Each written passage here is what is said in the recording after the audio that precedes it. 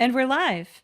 Here we are at this historic moment in American history, Mercer, and someone's missing. So who wants to tell them?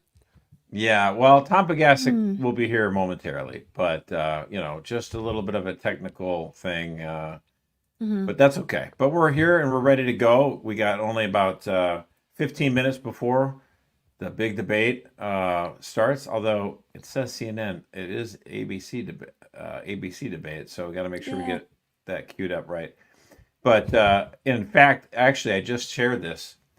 The Media Research Center is a watchdog on the media stuff, and they actually did a report. They found out with that their coverage of Kamala Harris since she became the nominee, 100% of their news coverage Senator has been Bernie positive. Sanders.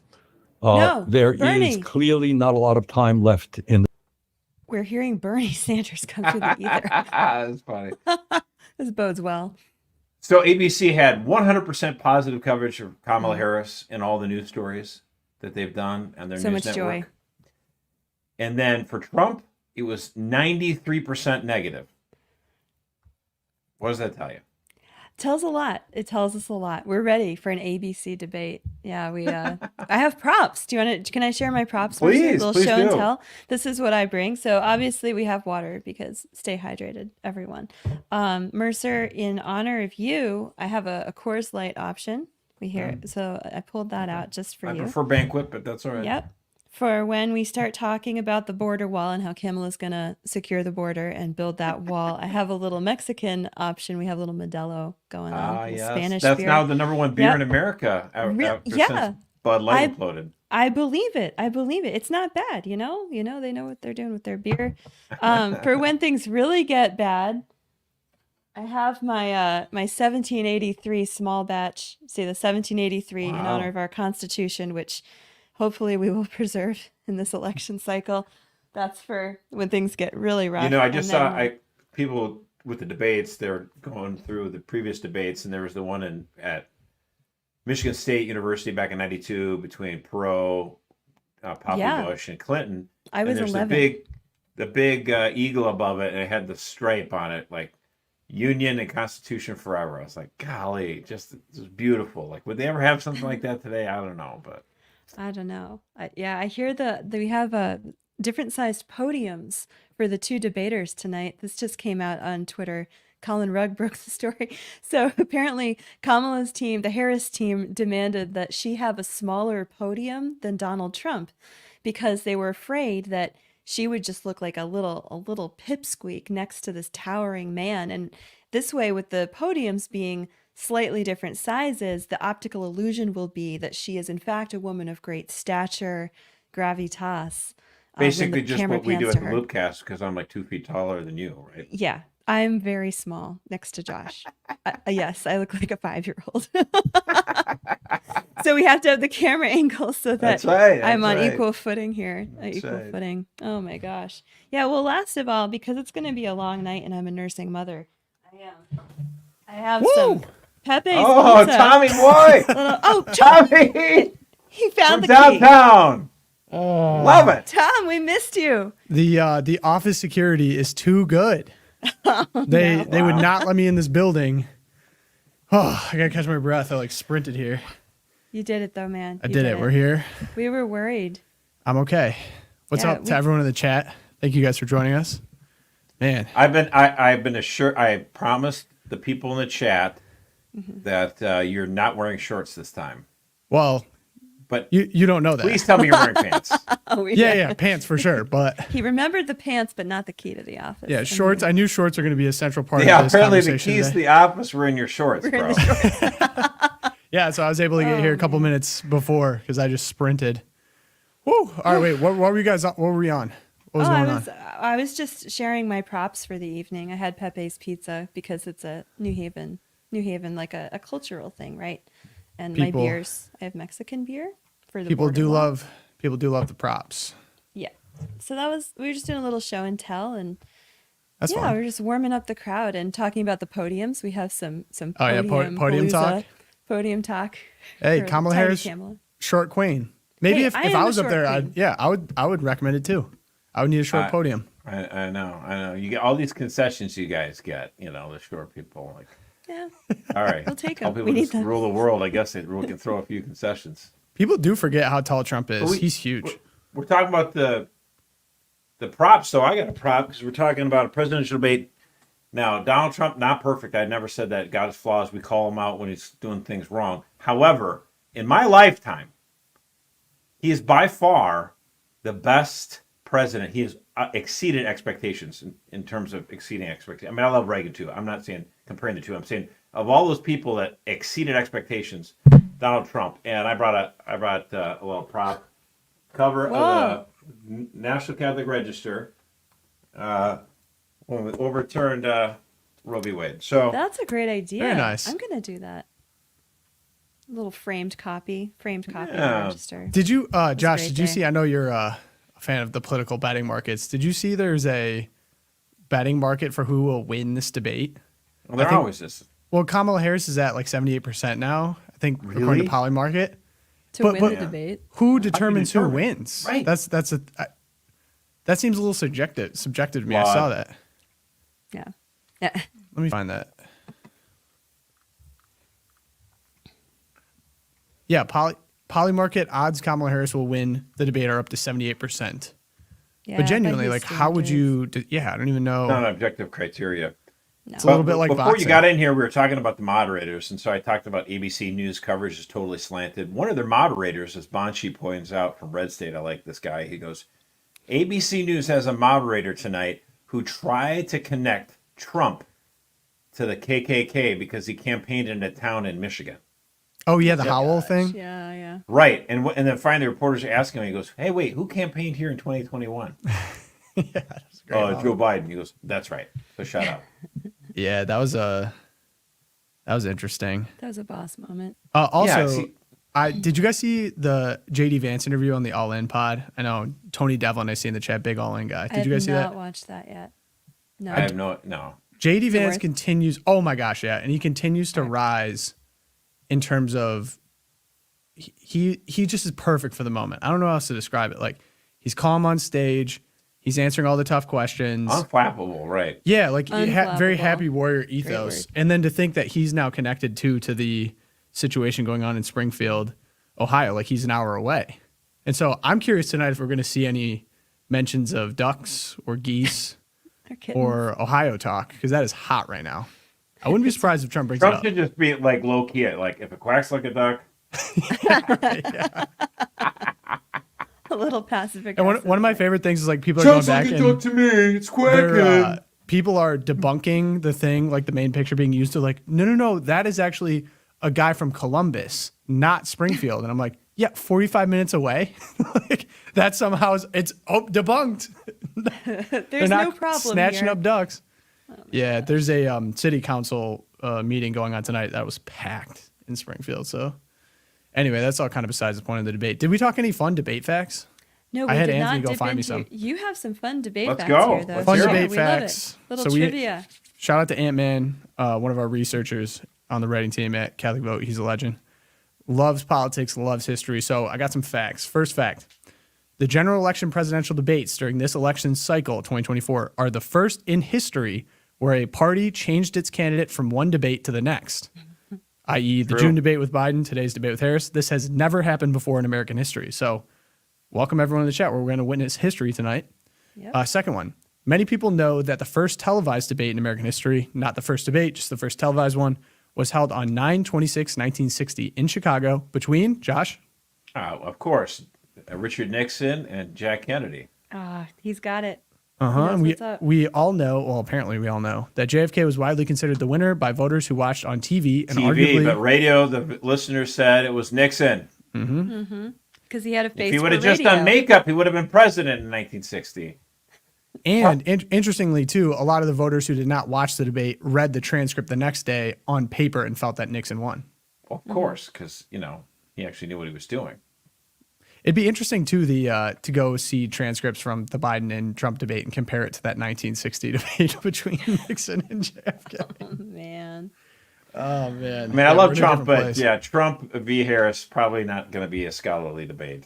Yeah, I don't really see Not that gonna in be the studying cards. Speaking that of one. V, this was my favorite moment on like the pods this week, and I'm going to prop up Michael Knowles a little bit here, but his team put together. Do you see this? When Liz Cheney put out a statement comparing Kamala Harris's convention speech, acceptance speech to, she said, this is a speech that Ronald Reagan could have given. And so Michael Knowles' team came up with this side by side of Kamala saying her line and then Reagan saying a line from his inaugural address, and they're like saying the exact opposite thing. She's like, what was one of them, like the abortion line, and then he's like, we're going to have a human life amendment, which never happened. But then we had like, we're going to end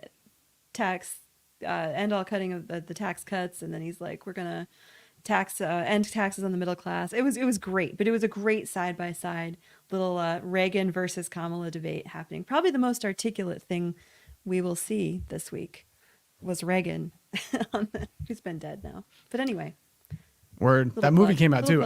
Anyone in the chat watched the movie? I haven't seen it. Did you guys watch it? I haven't seen it yet. I've heard good things. Yeah, I totally want to see it, but I haven't yet. Yeah, I like Dennis Quaid. Also, shout out to Michael, said watching from Destin, Florida, longtime podcast listener, first time viewer. Actually, this is the first time seeing you all in person. I didn't picture you looking the way that you look. Ooh, how did you look? Did you think Josh had a little bit more hair potentially? Hey, we're all talking about what the as our coworker said, the bald and the beautiful, right? Or what was the joke that was said on Friday when I was gone about God only makes hilarious. My children glommed onto this joke, the bald joke from Friday. My children have been repeating the bald joke the 7-year-old, like every hour and a half to me. She'll go, hey mom, guess what? And I'll be like, yeah, what, Sally? And she goes, yeah, God made some heads perfect and the rest he covered with hair. And then she like cracks up. So your humor hit the exact level of a 7-year-old. I'm popular with those who are 7 and 70. What can I say? That's right. It was great. We lost Pogo. He was insulted. Oh man. Well, I'll give you another fun fact. Like this is still, like, obviously the June debate was by far the earliest debate ever, and this is actually still a very early debate to be in early September. It's not normal. It's normally in late September or into October. But early voting and everything like that is pushing these debates to being earlier and earlier. There was a debate in 1980 with Reagan and then John Anderson, the independent candidate. But Carter didn't show because he didn't want to be on the same stage as a third-party guy. He wanted just him and Reagan. And so then the second debate, it was Reagan versus Mondale. And that one was like October 26th. It was so close to the election. And that's when just Reagan just crushed him like an empty beer can and went on a big landslide. Like an empty gas can. Well, they even mention it, like they show the clip in the trailer for Reagan, because Carter was just going on like they always do. And, he wants to cut and eliminate Social Security and Medicare. And he goes, there you go again. It's just... We've brought this up in the podcast too, but the line he said about age, was that with Carter or was that with someone else? Negative. That was 1984. Such a great moment. So the first debate, Reagan was, the advice they gave his advisors was just memorize lots of facts and figures and just show how competent you are because everyone's worried about how old you are. And mind you, he was much younger than both Biden and Trump anyway at the time, but things have changed. And so he's like trying to memorize everything and he's just like forgetting stuff and tripping over it. And everyone's like, oh my gosh, he really is old. And the numbers actually, for the first time ever, kind of fluctuated a little bit. And so that the next debate, the reporter asks him, hey, are you concerned at any moment that you aren't able to do the job it is as president? And Reagan was ready for this, man. He teed it up and he goes, look, I will not use my candidate's youth and inexperience. I will not make age an issue in this campaign. I will not exploit for political purposes my opponent's youth and inexperience. And the whole audience loses it. And they pan over the camera. You can see Fritz Mondale, and even he's laughing. You're not supposed to laugh. That's like cardinal rule. Like if the guy zings you, you're not. Gotcha. And they asked him afterwards. Jim Lehrer asked him a few years after that. He goes, tell us about that. And he goes, oh, I knew it was over at that point. He goes, the debate. You knew the debate was over. He goes, no. I knew the election was over. I love a man who's got that much honesty, at least. It's like, I have to say- I knew I was cooked like a goose in Springfield, Ohio, you know? I have to say too, I was looking back at old Trump debate clips, and I feel like he even got Jeb Bush to laugh a few times. He did. He was Yeah. almost so Yes. unbelievable to all these politicians on stage. Just could not believe what they were watching, of just saying stuff no one else would say, cracking jokes no one says that naturally, and yeah, I mean, we'll see how that goes. My interesting take on the mic fiasco. I don't know if you guys have talked about the mic having How it close muted. are we to start on this here? We got Jessica watching. We got someone Okay. taken. And first off, I have to say, what's up to everyone? First time in the chat. Love seeing it. A lot of first times in the chat. If you guys want to hang out with us more often, Monday, Wednesday, Friday, we do a live show here on the YouTube channel. So go ahead and hit that subscribe button. Thank you, like this Fluffy episode. Bear Hug. Gosh. Fluffy Bear Hug is in the chat. Oh, Dude, I can't even. I roasted it, and you guys weren't even paying attention. Josh, I can't even get through pitches to have people join us to help out the show, and you're jumping over me with Fluffy Bear Hug? Dude, I mean, I said Mondale, Mondale conceded he knew he was cooked like a goose in Springfield, Ohio, and you guys we're a little distracted. Come on. You're right. Thank you. in the Fluffy game. Bear Get in the Hug. game here. All right. But yes, if you'd like to join us more regularly, go ahead and hit that That's subscribe true, button. John. There's more than one way to skin a cat. That's right. I'll get it in there. All right. I just want to say, oh, they're getting ready. Okay. Fluffy Bear Hug is an actual person who just outed him or herself to me. So if Fluffy Bear Hug emerges again in the chat, it's not a joke or a troll. We have to listen to Fluffy Bear Hug. Wait, Was that what? Yeah, what does your this husband mean? Todd or something, or what? No, it's not Todd. No. This is a person What? known to you both. What? We'll Oh, have that's to got to be reveal all later McCluskey, on. right? It's That's no, McCluskey. no. Tinfoil Tom. Tinfoil Tom's going to use his own name. Thank you very much. Oh, we got know, it's some fluffy. snakes in the chat. Don't worry, I got Rosie moderating the chat to make sure we don't have any funny business. Watch out, Fluffy Bear Hug. You've been moderated.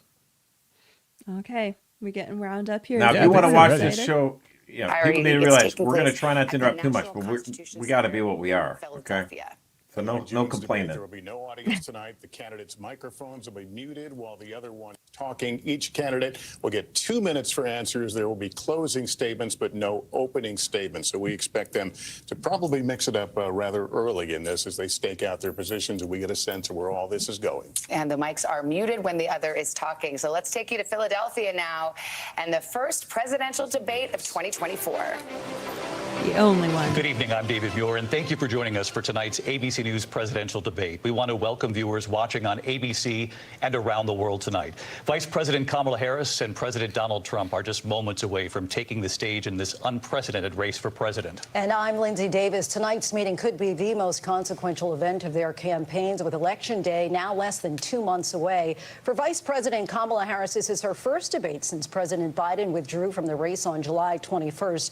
Of course, that decision followed his debate against President Donald Trump in June. Since then, this race has taken on an entirely new dynamic. And that brings us to the rules of tonight's debate. 90 minutes with 2 commercial breaks. No topics or questions have been shared with the campaigns. The candidates will have 2 minutes to answer questions, and this is the clock. Whatever. That's what they'll be seeing. 2 minutes for rebuttals and 1 minute for follow-ups, clarifications, or responses. Their microphones will only be turned on when it's their turn to speak. No pre-written notes allowed. There is no audience here tonight in this hall at the National Constitution Center. This is an intimate setting for 2 candidates who have never met. President Trump won the coin toss. He chose to deliver the final closing statement of the evening. Vice President Harris selected the podium to the right. So let's now welcome the candidates to the stage. Vice President Kamala Harris and President Donald Trump.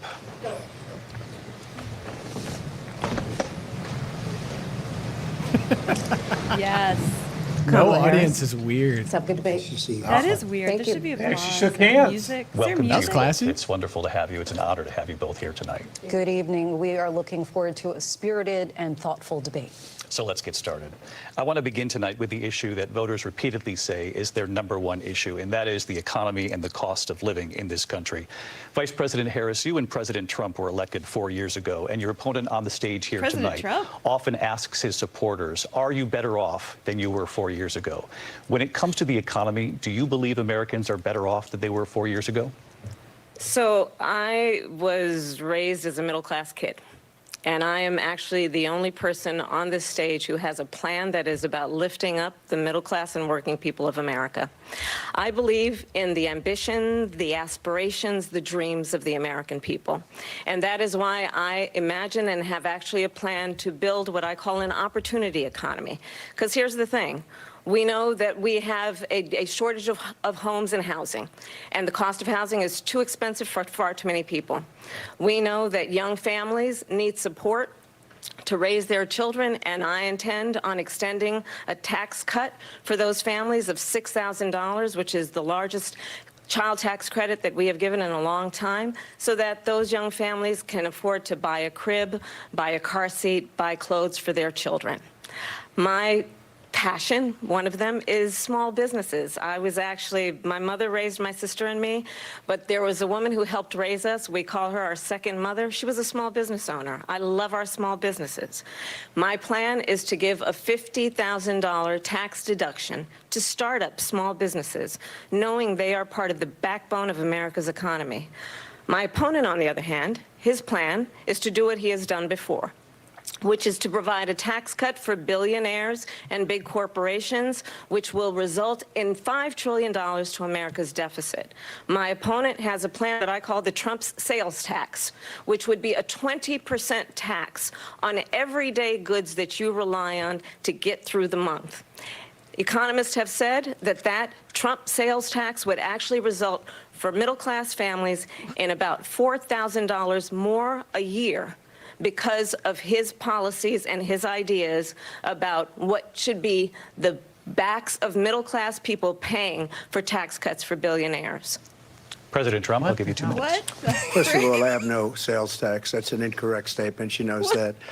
We're doing tariffs on other countries. Other countries are going to finally, after 75 years, pay us back for all that we've done for the world. And the tariff will be substantial in some cases. I took in billions and billions of dollars, as you know, from China. In fact, they never took the tariff off because there was so much money they can't. It would totally destroy everything that they've set out to do. They're taking in billions of dollars from China and other places. They've left the tariffs on. When I had it, I had tariffs, and yet I had no inflation. Look, we've had a terrible economy because inflation which is really known as a country buster. It breaks up countries. We have inflation like very few people have ever seen before, probably the worst in our nation's history. We were at 21%, but that's being generous because many things are 50, 60, 70, and 80% higher than they were just a few years ago.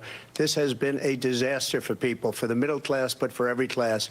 On top of that, we have millions of people pouring into our country from prisons and jails, from mental institutions and insane asylums, and they're coming in and they're taking jobs that are occupied right now by African Americans and Hispanics, and also unions. Unions are going to be affected very soon. And you see what's happening. You see what's happening with towns throughout the United States. You look at Springfield, Ohio. You look at Aurora in Colorado. He went there. They are taking over the towns. They're taking over buildings. They're going in violently. These are the people that Xi and Biden led into our country, and they're destroying our country. They're dangerous. They're at the highest level of criminality, and we have to get them out. We have to get them out fast.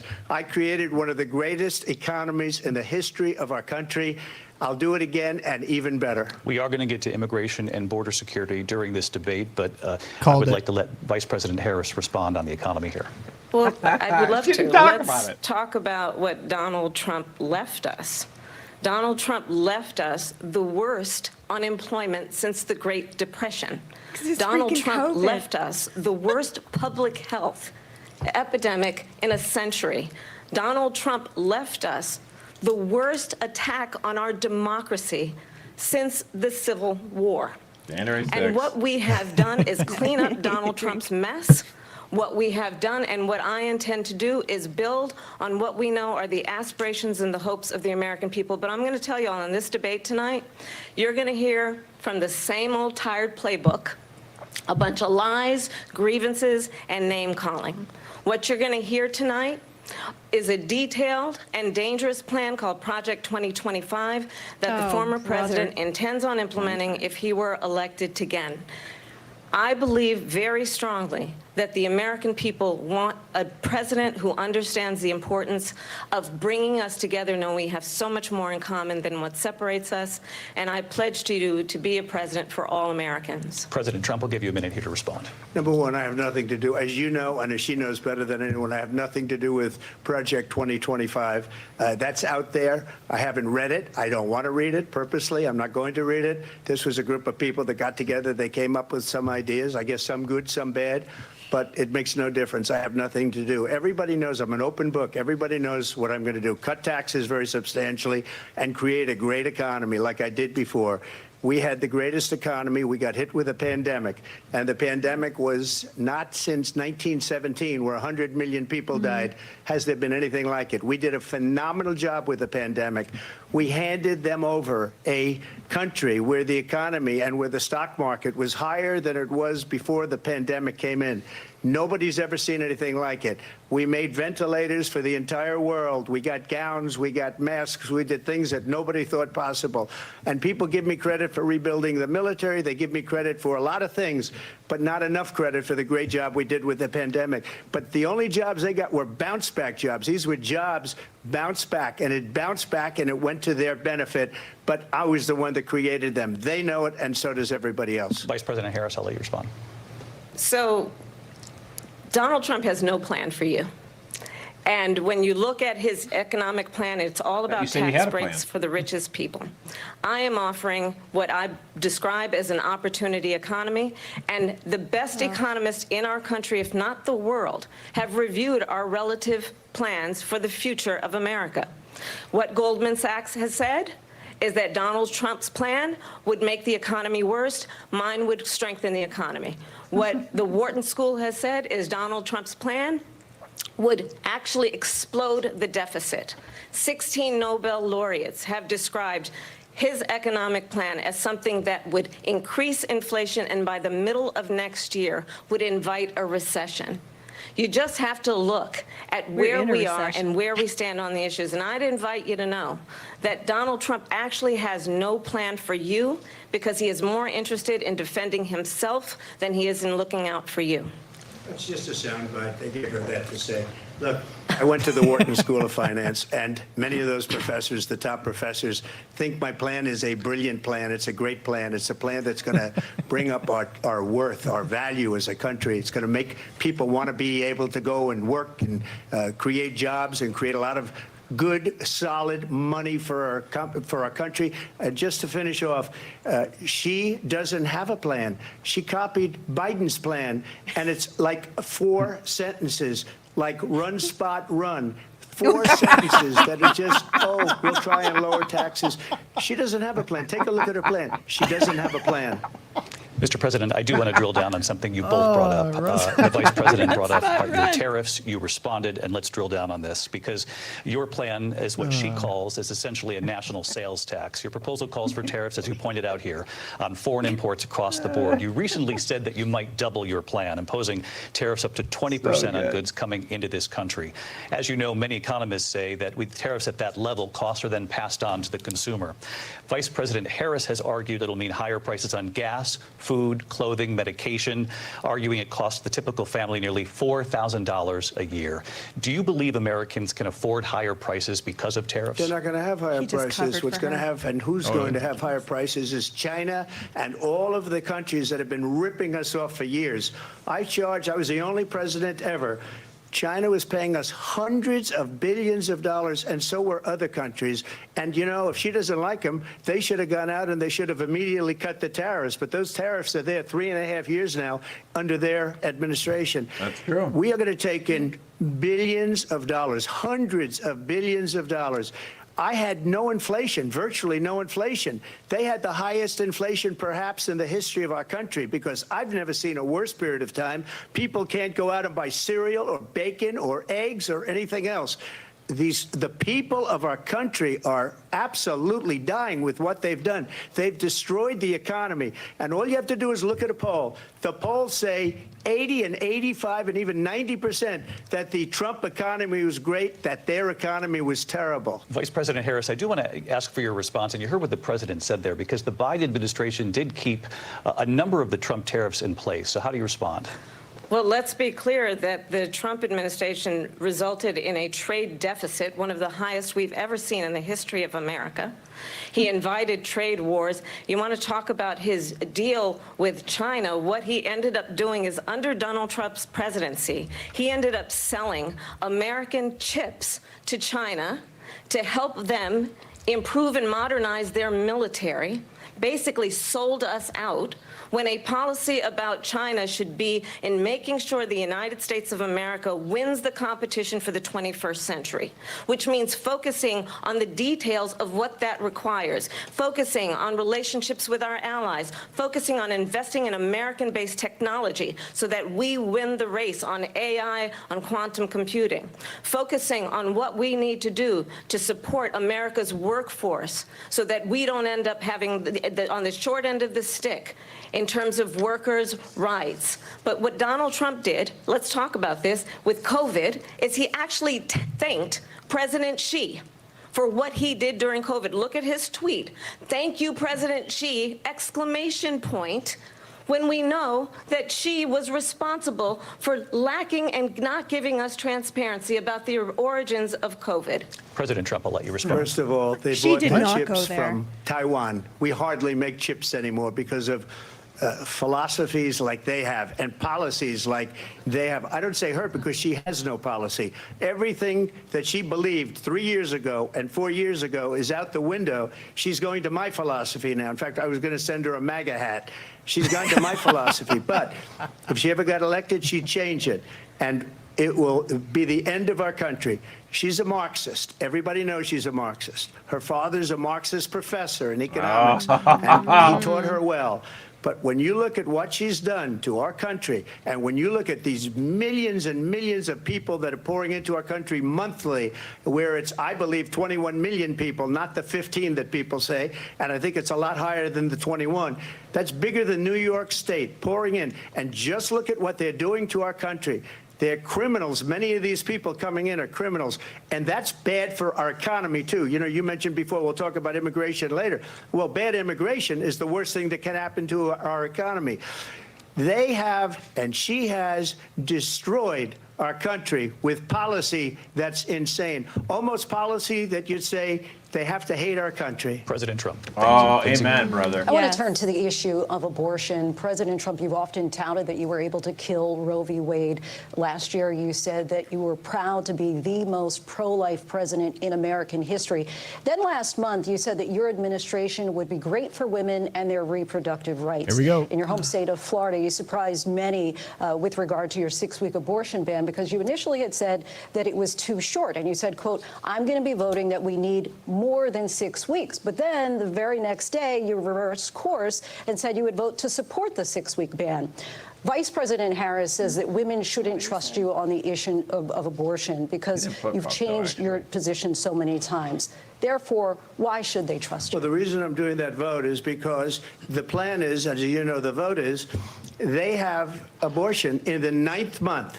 They even have, and you can look at the governor of West Virginia, the previous governor of West Virginia, not the current governor, is doing an excellent job, but the governor before, he said the baby will be born and we will decide what to do with the baby. In other words, we'll execute the baby. And that's why I did that, because that predominates, because they're radical. The Democrats are radical in that. And her vice presidential pick, which I think was a horrible pick, by the way, for our country, because he is really out of it.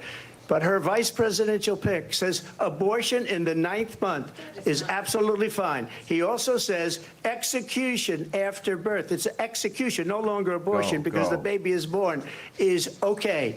And that's not okay with me, hence the vote. But what I did is something for 52 years. They've been trying to get Roe v. Wade into the states. And through the genius and heart and strength of 6 Supreme Court justices, we were able to do that. Now, I believe in the exceptions for rape, incest, and life of the mother. I believe strongly in it. Ronald Reagan did also. 85% of Republicans do. Exceptions, very important.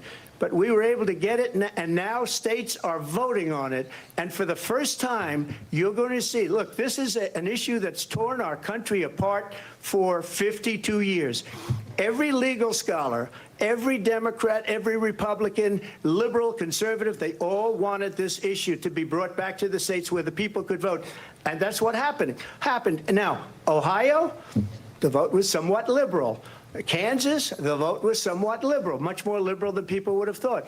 But each individual state is voting. It's the vote of the people now. It's not tied up in the federal government. I did a great service in doing it. It took courage to do it. And the Supreme Court had great courage in doing it. And I give tremendous credit to those 6 justices. There is no state in this country where it is legal to kill a baby after give me a it's break. born. Oh, Madam Vice no. President, I want to get your response to President Trump. Well, as I said, you're going to hear a bunch of lies. Say and the line, that's not Josh. actually a surprising fact. It's almost like they're lying. Let's understand how we got here.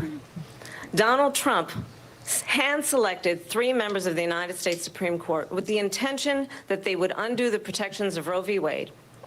And they did exactly as he intended. And now in over 20 states, there are Trump abortion bans, which make it criminal for a doctor or nurse to provide health care. In one state, it provides prison for life.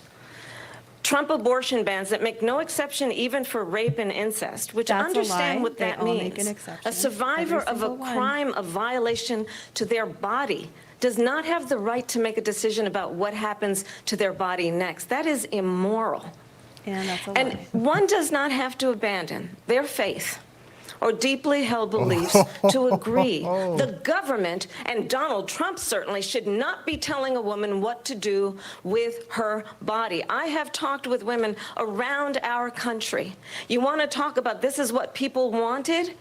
Pregnant women who want to carry a pregnancy to term, suffering from a miscarriage, being denied care in an emergency room because the healthcare providers are afraid they might go to jail, and she's bleeding out in a car in the parking lot. She And didn't that's on want the that. doctor. Her husband didn't That is want on that. the doctor. A 12 or 13-year-old survivor of incest being forced to carry a pregnancy to term, they don't want that. And I pledge to you, when Congress passes a bill to put back in place the protections of Roe v. Wade, as President of the United States, I will proudly sign it into law. But understand, if Donald Trump were to be reelected, he will sign a national abortion ban. Understand, in his Project 2025, there would be a national abortion, a monitor that would be monitoring your pregnancies, your miscarriages. I think the American people What are you talking believe about? that certain freedoms, world's in largest particular the freedom to make ultrasound. decisions about one's own body, Are we going to get should a not fact be check made by from the the government. moderators on this? Thank you, Yeah, Vice where's the President fact check? Harris. Well, there she goes again. It's a lie. I'm Yeah. not signing a ban, and there's no reason to sign a ban because we've gotten what everybody wanted. Democrats, Republicans, and everybody else, and every legal scholar wanted it to be brought back into the states, and the states are voting. And it may take a little time, but for 52 years, this issue has torn our country apart, and they've wanted it back in the states. And I did something that nobody thought was possible. The states are now voting. What she says is an absolute lie.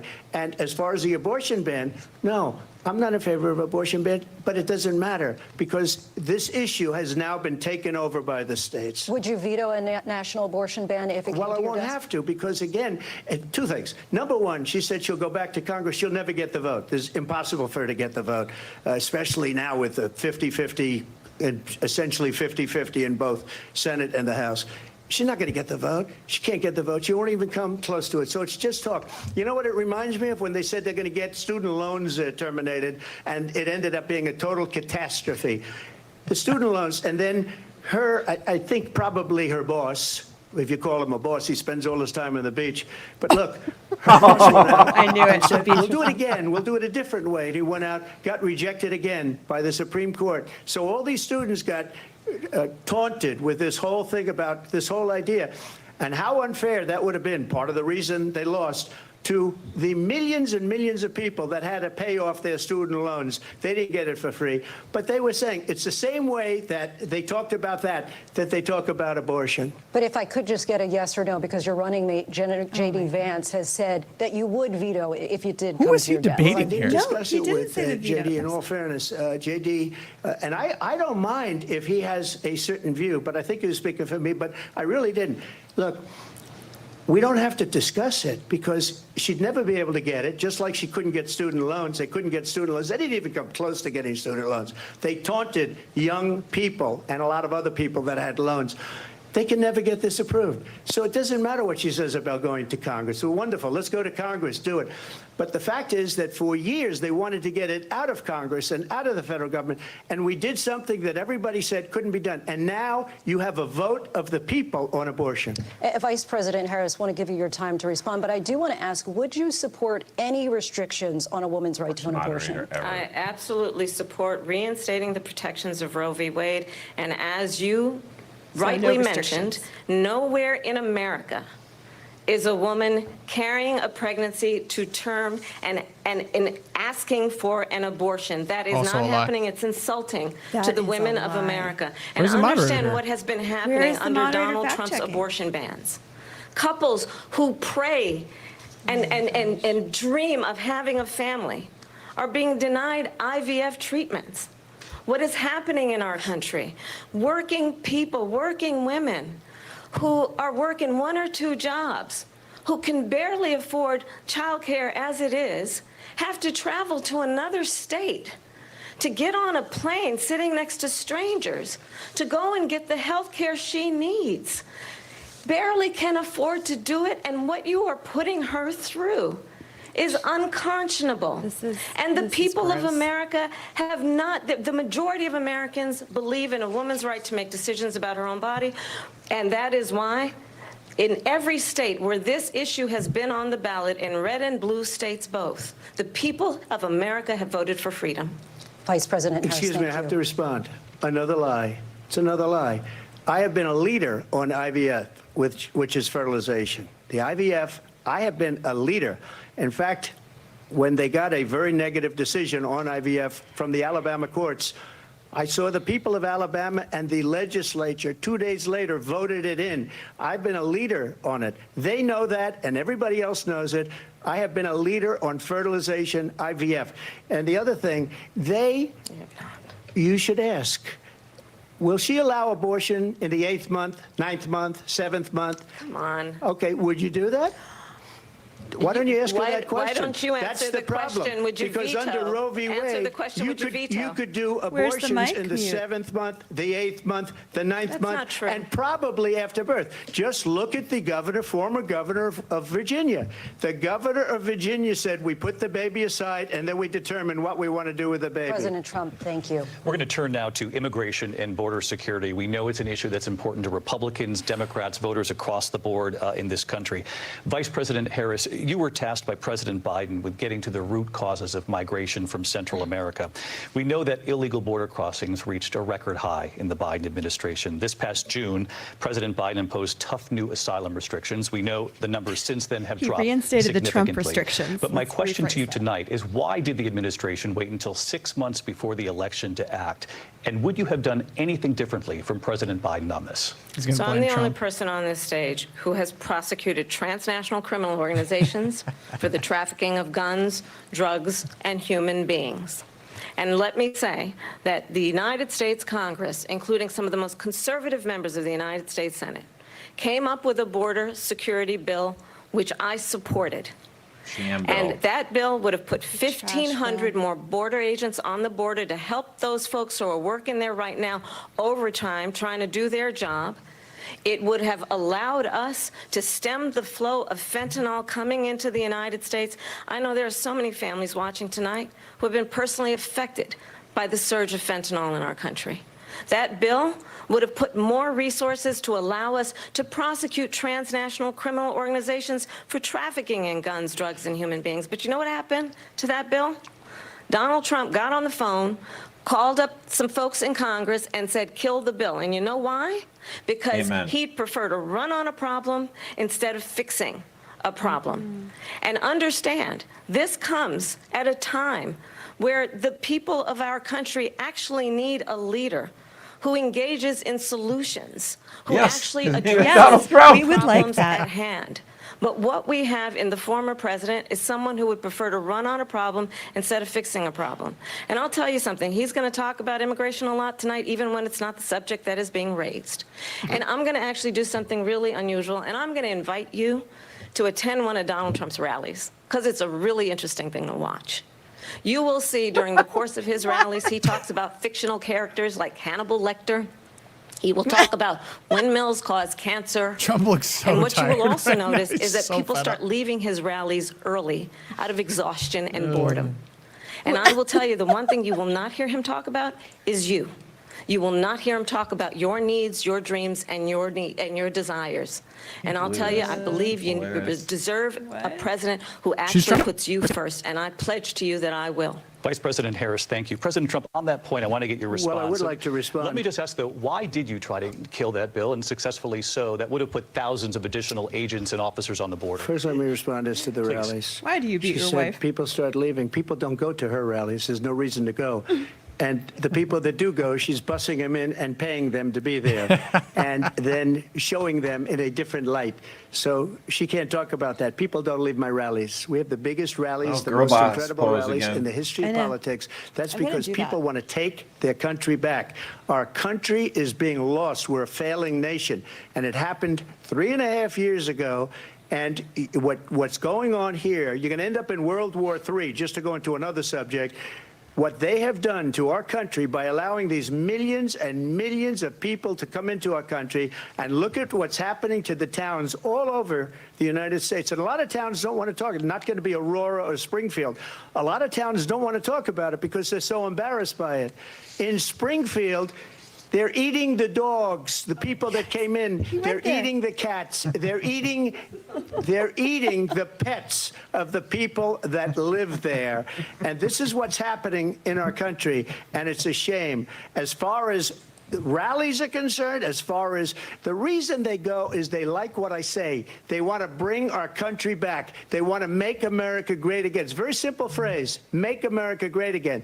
She's destroying this country, and if she becomes president, this country doesn't have a chance of success. Not only success, we'll end up being Venezuela on steroids. Yep.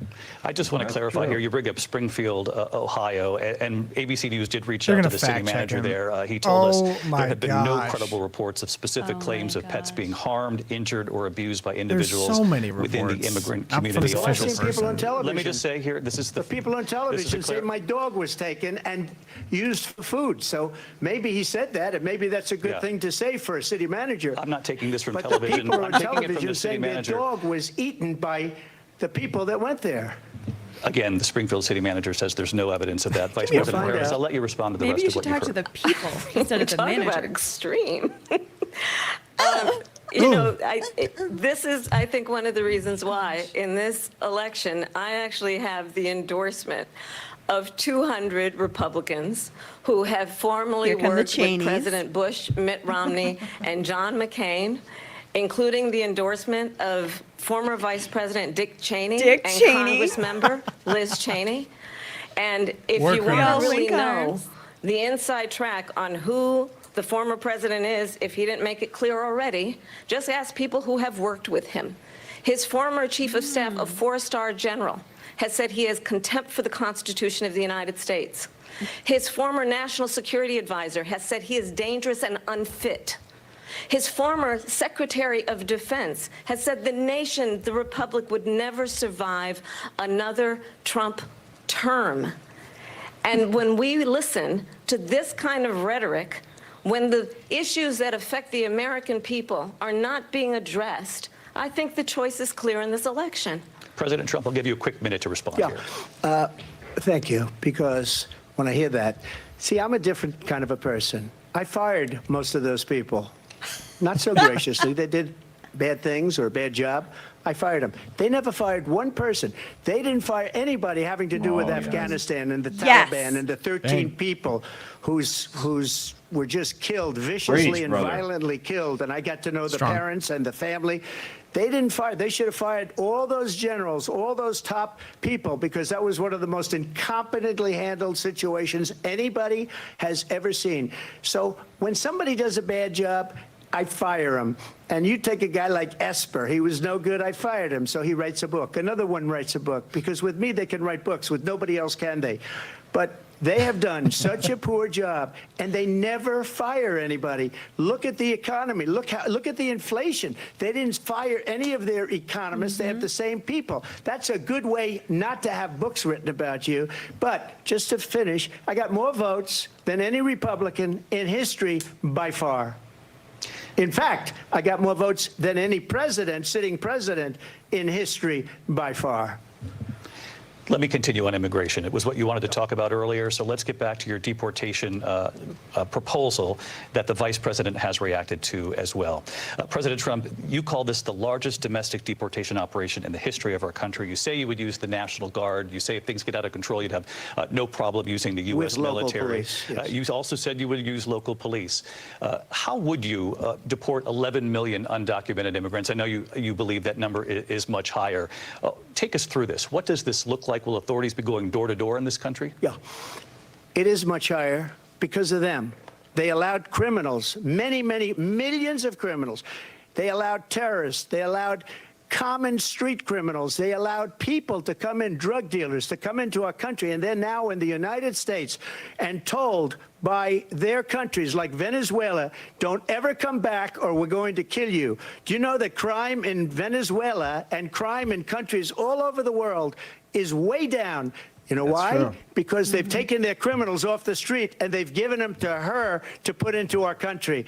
And this will be one of the greatest mistakes in history for them to allow. And I think they probably did it because they think they're going to get votes, but it's not worth it because they're destroying the fabric of our country by what they've done. There's never been anything done like this at all. They've destroyed the fabric of our country. Millions of people let in. And all over the world, crime is down. All over the world except here. Crime here is up and through the roof. Despite their fraudulent statements that they made, crime in this country is through the roof. And we have a new form of crime. It's called migrant crime. And it's happening at levels that nobody thought possible. President Trump, as you know, the FBI says overall violent crime is actually coming down in this country. But Vice Excuse me, President the Harris, FBI, they were defrauding for statements.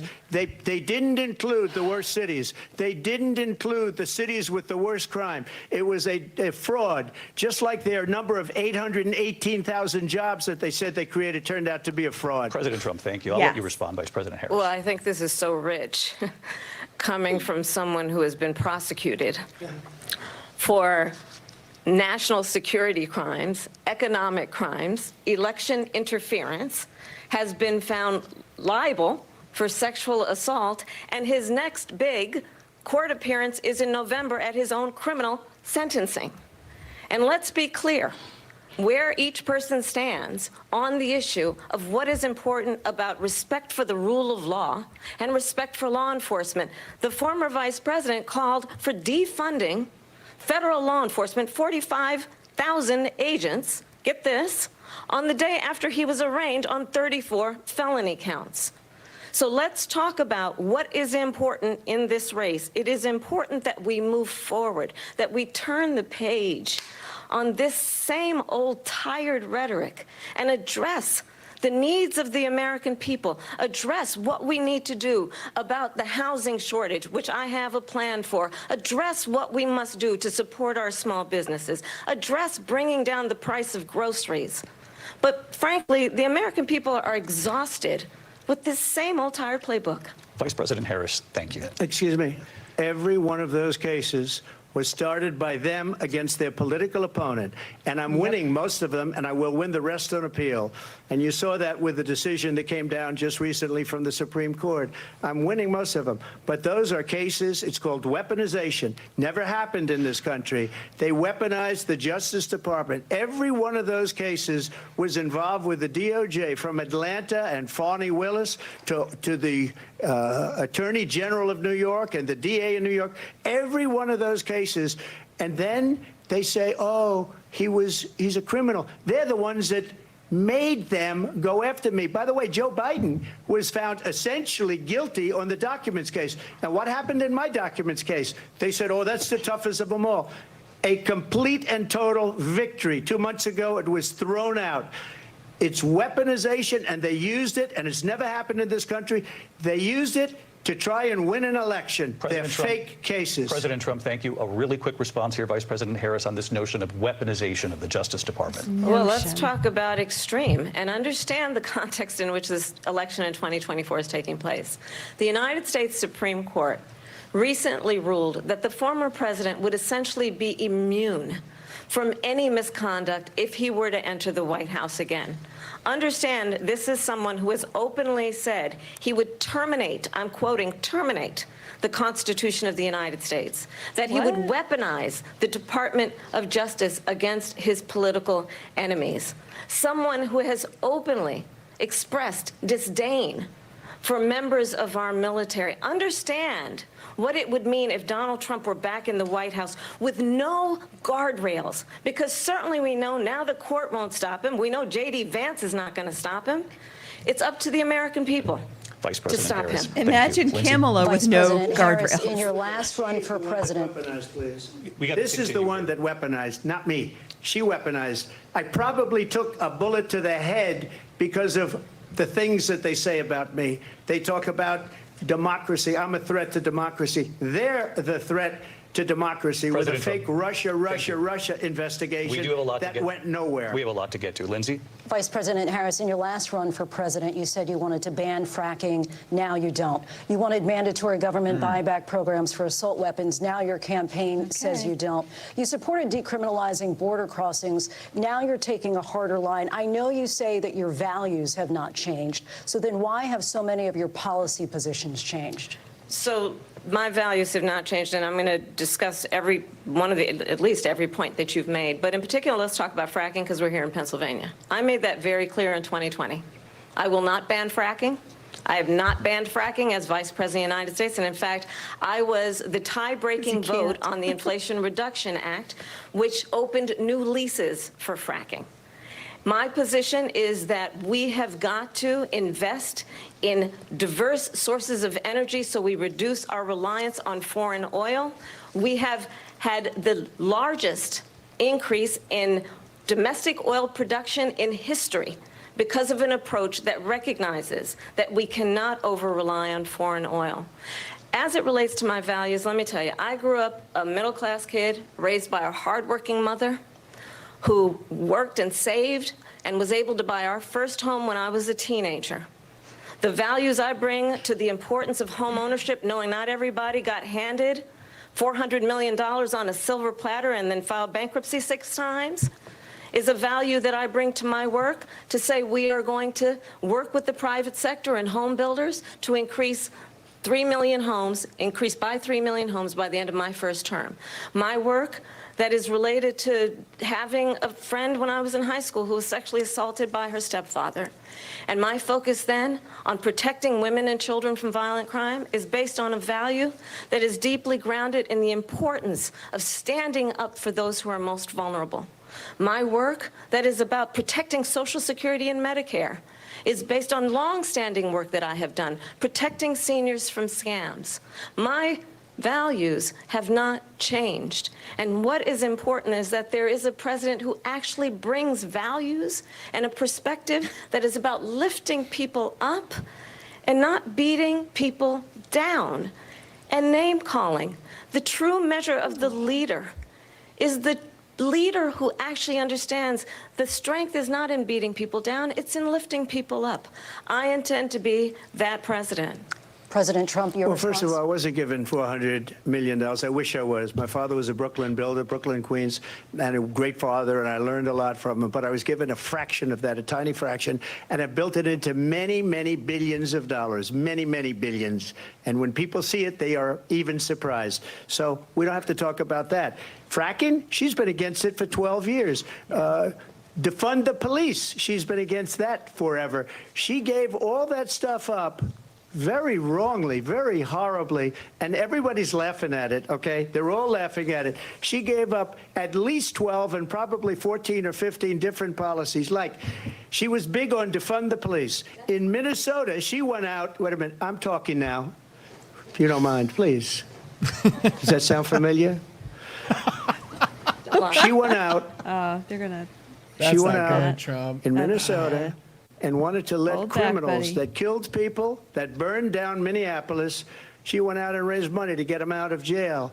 She did things that nobody did. would ever think of. Now she wants to do transgender operations on illegal aliens that are in prison. This is a radical left liberal that would do this. She wants to confiscate your guns, and she will never allow fracking in Pennsylvania. If she won the election, fracking in Pennsylvania will end on day one. Just to finish, one thing so important in my opinion. So I got the oil business going like nobody has ever done before. When they took over, they got rid of it, started getting rid of it, and the prices were going up the roof. They immediately let these guys go to where they were. I would have been 5 times, 4 times, 5 times higher, because you're talking about 3.5 years ago. They got it up to where I was because they had no choice, because the prices of energy were quadrupling and doubling. You saw what happened to gasoline. So they said, let's go back to Trump. But if she won the election, the day after that election, they'll go back to destroying our country, and oil will be dead, fossil fuel will be dead, we'll go back to windmills, and we'll go back to solar, where they need a whole desert to get some energy to come out of. You ever see a solar plant? By the way, I'm a big fan of solar, but they take 400, President 500 acres of desert President soil. Trump, we have a These lot are of not good issues things that we for the have to get environment, to. as We're she out of time. understands. Thank you. Lindsay, thank you. We have an election in just 56 days. And I want to talk about the peaceful transfer of power, which, of course, we all know is a cornerstone of our democracy, and the role of a president in a moment of crisis. Mr. President, on January 6th, you told your supporters to march to the Capitol. You said you would be right there with them. The country and the world saw what played out at the Capitol that day, the officers coming under attack. Aides in the West Wing say you watched it unfold on television off the Oval Office. You did send out tweets, but it was more than 2 hours before you sent out that video message telling your supporters to go home. Is there anything you regret about what you did on that day?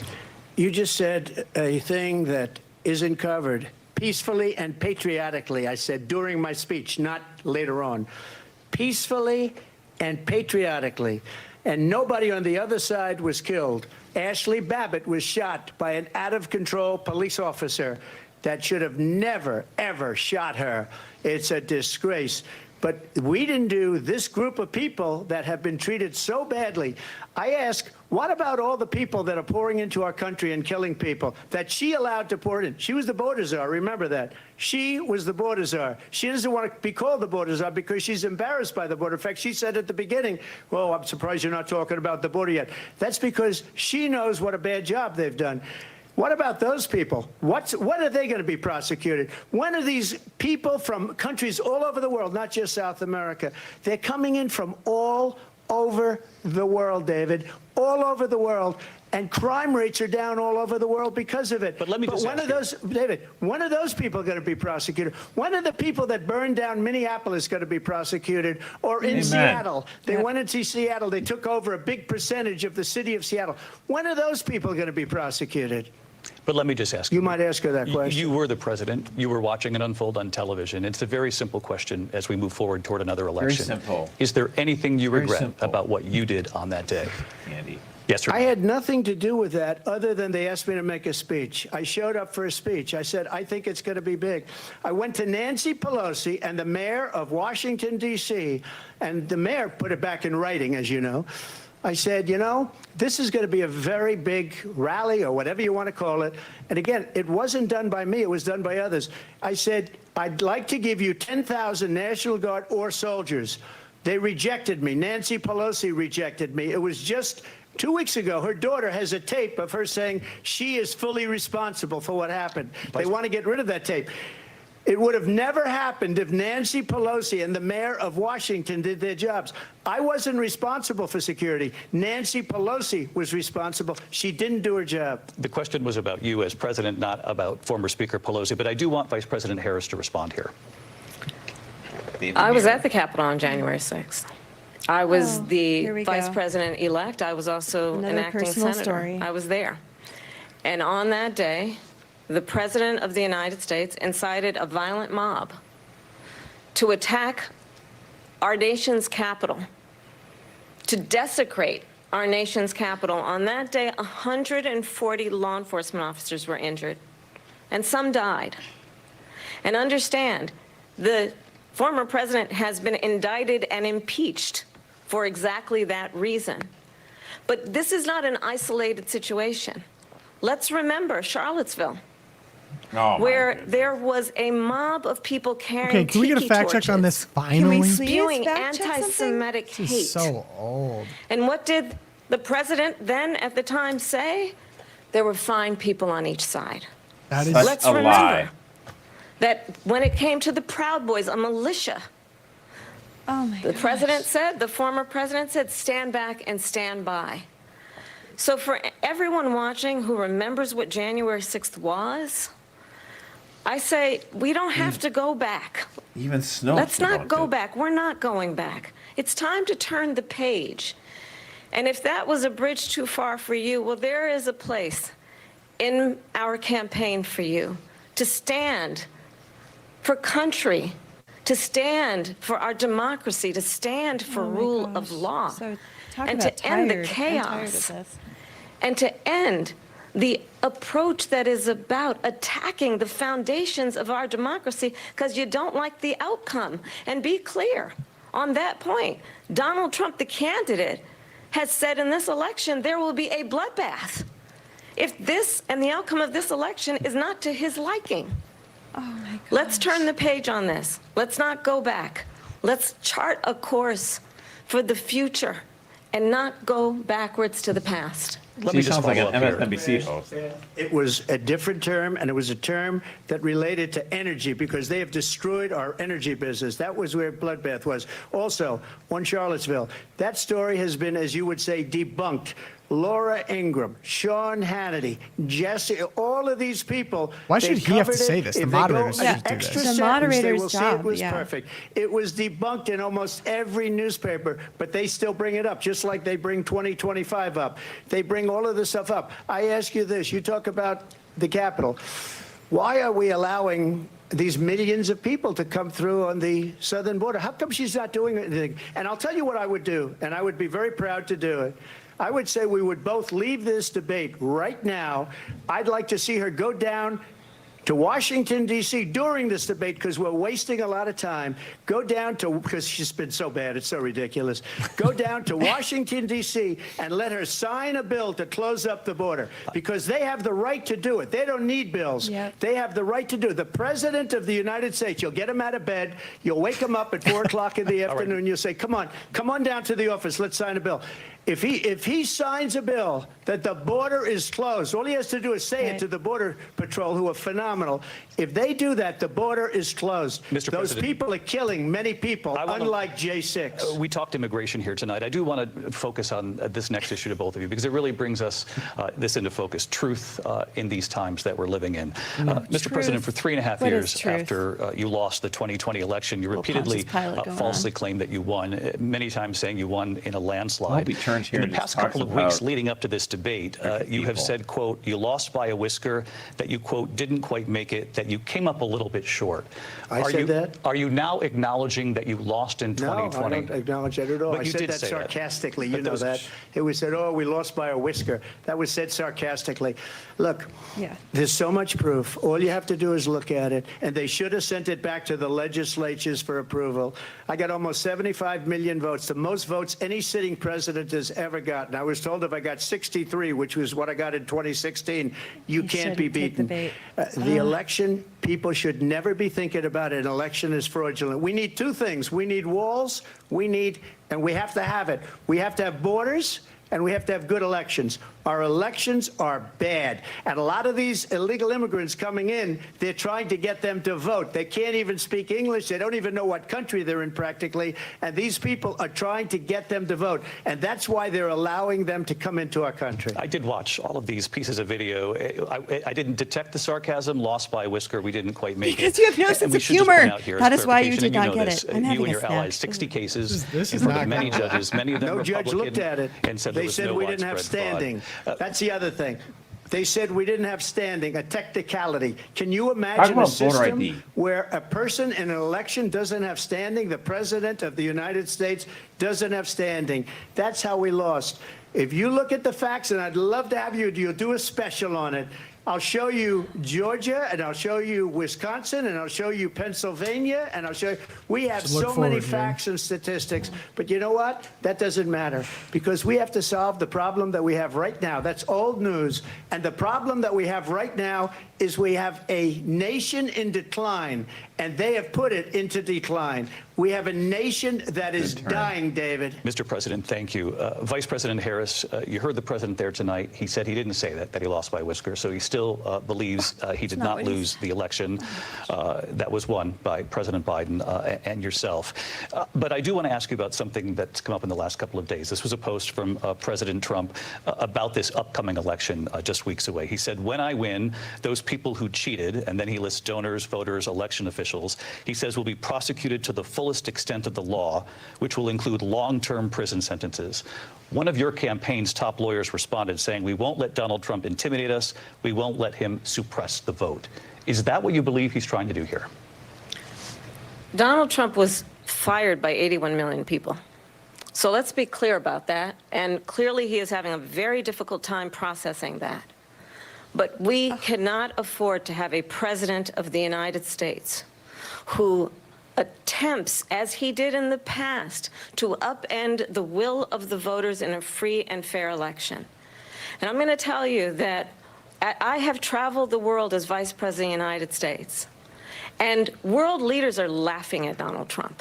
I have talked with military leaders, some of whom worked with you, and they say you're a disgrace.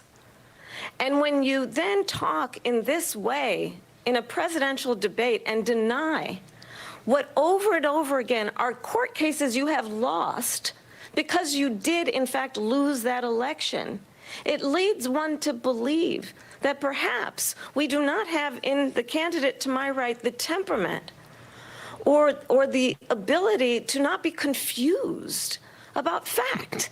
That's deeply troubling, and the American people deserve better. I'll give you 1 minute to respond, Mr. President. Let me just say about world leaders. Viktor Orban, one of the most respected men, they call him a strong man. He's a tough person, smart. Prime Minister of Hungary. They said, why is the whole world blowing up? 3 years ago it wasn't. Why is it blowing up? He said, because you need Trump back as president. They were afraid of him. China was afraid, and I don't like to use the word afraid, but I'm just quoting him. China was afraid of him. North Korea was afraid of him. Look at what's going on with North Korea, by the way. He said Russia was afraid of him. I ended the Nord Stream 2 pipeline, and Biden put it back on day one, but he ended the XL pipeline. The XL pipeline in our country, he ended that. But he let the Russians build a pipeline going all over Europe and heading into Germany, the biggest pipeline in the world. Look, Viktor Orban said it. He said the most respected, most feared person is Donald Trump. We had no problems when Trump was president. But when this weak, pathetic man that you saw at a debate just a few months ago, that if he weren't in that debate, he'd be running instead of her. She got no votes. He got 14 million votes. What you did, you talk about a threat to democracy. He got 14 million votes, and they threw him out of office. And you know what? I'll give you a little secret. He hates her. He can't stand her. But he got 14 million votes. They threw him out. She got 0 votes. And when she ran, she was the first one to leave because she failed. And now she's running. I don't understand it, but Mr. I'm President, okay with it Mr. because President, your time is I think up. we're Thank going to you. do very well. We've got a lot more to get to. Turning now Yes. to the Israel-Hamas war and the hostages who are still being held, Americans among them. Vice President Harris, in December, you said, quote, Israel has a right to defend itself, but you added, quote, it matters how, saying international humanitarian law must be respected. Israel must do more to protect innocent civilians. You said that 9 months ago. Now an estimated 40,000 Palestinians are dead. Nearly 100 hostages remain. Just last week, Prime Minister Benjamin Netanyahu said there's not a deal in the making. President Biden has not been able to break through the stalemate. How would you do it? Well, let's understand how we got here. On October 7, Hamas, a terrorist organization, slaughtered 1,200 Israelis. Many of them young people who were simply attending a concert. Women were horribly raped. And so absolutely, I said then, I say now, Israel has a right to defend itself. We would. And how it does so matters. Because it is also true, far too many innocent Palestinians have been killed. Children, mothers. What we know is that this war must end. It must end immediately, and the way it will end is we need a ceasefire deal and we need the hostages out. And so we will continue to work around the clock on that. Work around the clock, also understanding that we must chart a course for a two-state solution. And in that solution, there must be security for the Israeli people and Israel, and in equal measure for the Palestinians. But the one thing I will assure you always, I will always give Israel the ability to defend itself, in particular as it relates to Iran and any threat that Iran and its proxies pose to Israel. But we must have a two-state solution where we can rebuild Gaza, where the Palestinians have security, self-determination, and the dignity they so rightly deserve. President failed Trump, how would you solution already. negotiate with Netanyahu and also Hamas in order to get the hostages out and prevent the killing of more innocent civilians in Gaza? If I were president, it would have never started. If I were president, Russia would have never, ever, I know Putin very well, he would have never, and there was no threat of it either, by the way, for 4 years, have gone into Ukraine and killed millions of people when you add it up, far worse than people understand what's going on over there. But when she mentions about Israel, all of a sudden, she hates Israel. She wouldn't even meet with Netanyahu when he went to Congress to make a very important speech. She refused to be there because she was at a sorority party of hers. She wanted to go to the sorority party. She hates Israel. If she's president, I believe that Israel will not exist within 2 years from now. And I've been pretty good at predictions, and I hope I'm wrong about that one. She hates Israel. At the same time, in her own way, she hates the Arab population because the whole place is going to get blown up. Arabs, Jewish people, Israel will be gone. It would have never happened. Iran was broke under Donald Trump. Now Iran has $300 billion because they took off all the sanctions that I had. True. Iran had no money Also for true. Hamas or Hezbollah or any of the 28 different spheres of terror. And they are spheres of terror, horrible terror. They had no money. It was a big story, and you know it. You covered it very well, actually. They had no money for terror. They were broke. Now they're a rich nation, and now what they're doing is they're spreading that money around. Look at what's happening with the Houthis and Yemen. Look at what's going on in the Middle East. This would have never happened. I will get that settled and fast, and I'll get the war with Ukraine and Russia ended. If I'm president-elect, I'll get it done before even becoming president. Vice President Harris, he says you hate Israel. That's absolutely not true. I have my entire career and life supported Israel and the Israeli people. He knows that. He's trying to, again, divide and distract from the reality, which is it is very well known that Donald Trump is weak and wrong on national security and foreign policy. It is well known that he admires dictators, wants to be a dictator on day one, according to himself. Wait, Dick Cheney It is endorsed you. well known that he said of Putin that he can do whatever the hell he wants and go into Ukraine. It is well known that he said when Russia went into Ukraine, it was brilliant. It is well known he exchanged love letters with Kim Jong-un. And it is absolutely well known that these dictators and autocrats are rooting for you to be president again because they're so clear. They can manipulate you with flattery and favors. And that is why so many military leaders who you have worked with have told me you are a disgrace. That is why we understand that we have to have a president who is not consistently weak and wrong on Vice national President security, Harris. including the importance of upholding and respecting in highest regard our military. Vice President Harris, thank you. They're the ones, You have and she's the decimated one our military. that caused it. That's weak on national security by allowing every nation last month for the year, 168 different countries sending people into our country. Their crime rates are way down. Putin endorsed her last week, said, I hope she wins. And I think he meant it, because what he's gotten away with is absolutely incredible. It wouldn't have happened with me. The leaders of other countries think that they're weak and incompetent, and they are. They're grossly incompetent. And I just ask one question. Why does Biden go in and kill the Keystone Pipeline and approve the single biggest deal that Russia's ever made, Nord Stream 2, the biggest pipeline anywhere in the world going to Germany and all over Europe? Because they're weak and they're ineffective. And Biden, by the way, President gets paid Trump, a lot of money. Thank you. We have a lot of issues to get to. We'll be right back with much more of Gotta this stop historic while he's ABC rolling. News presidential debate from the National Constitution Center right here in Philadelphia. Oh, we have a Back in break. moment. We have a commercial We got a break. Oh, thank God. I know. I love this. Kamala Harris, the candidate of change, even though Democrats have been in the White House 12 of the last 16 years, but she's for change, and I love it. I mean, unfortunately, I feel like she's doing better than I thought she would. And Well, she didn't completely flub at this idea. Right. I mean, it's funny watching the people online. They're like, the liberals are like, if you're complaining about the refs, you're losing. No, I think what we're doing is admiring the fact that Trump is holding his own against his main three opponents, people, the moderators, as well as his Yeah. presidential candidate it's rival. 3-on-1 people. But- It's pretty clear. But I do have something. I actually think that what the main takeaway from this is going to be is how biased ABC and the moderators are, and I actually do think that's a big win for Trump because that Oh, feeds absolutely. into the pretty narrative obvious. of his entire campaign. Make America great again. He's the outsider. He's the underdog. It just further reinforces what we already know about Kamala Harris. So if people are seeing this and that even maybe they don't watch the debate, but that's all they see, it definitely doesn't move the needle.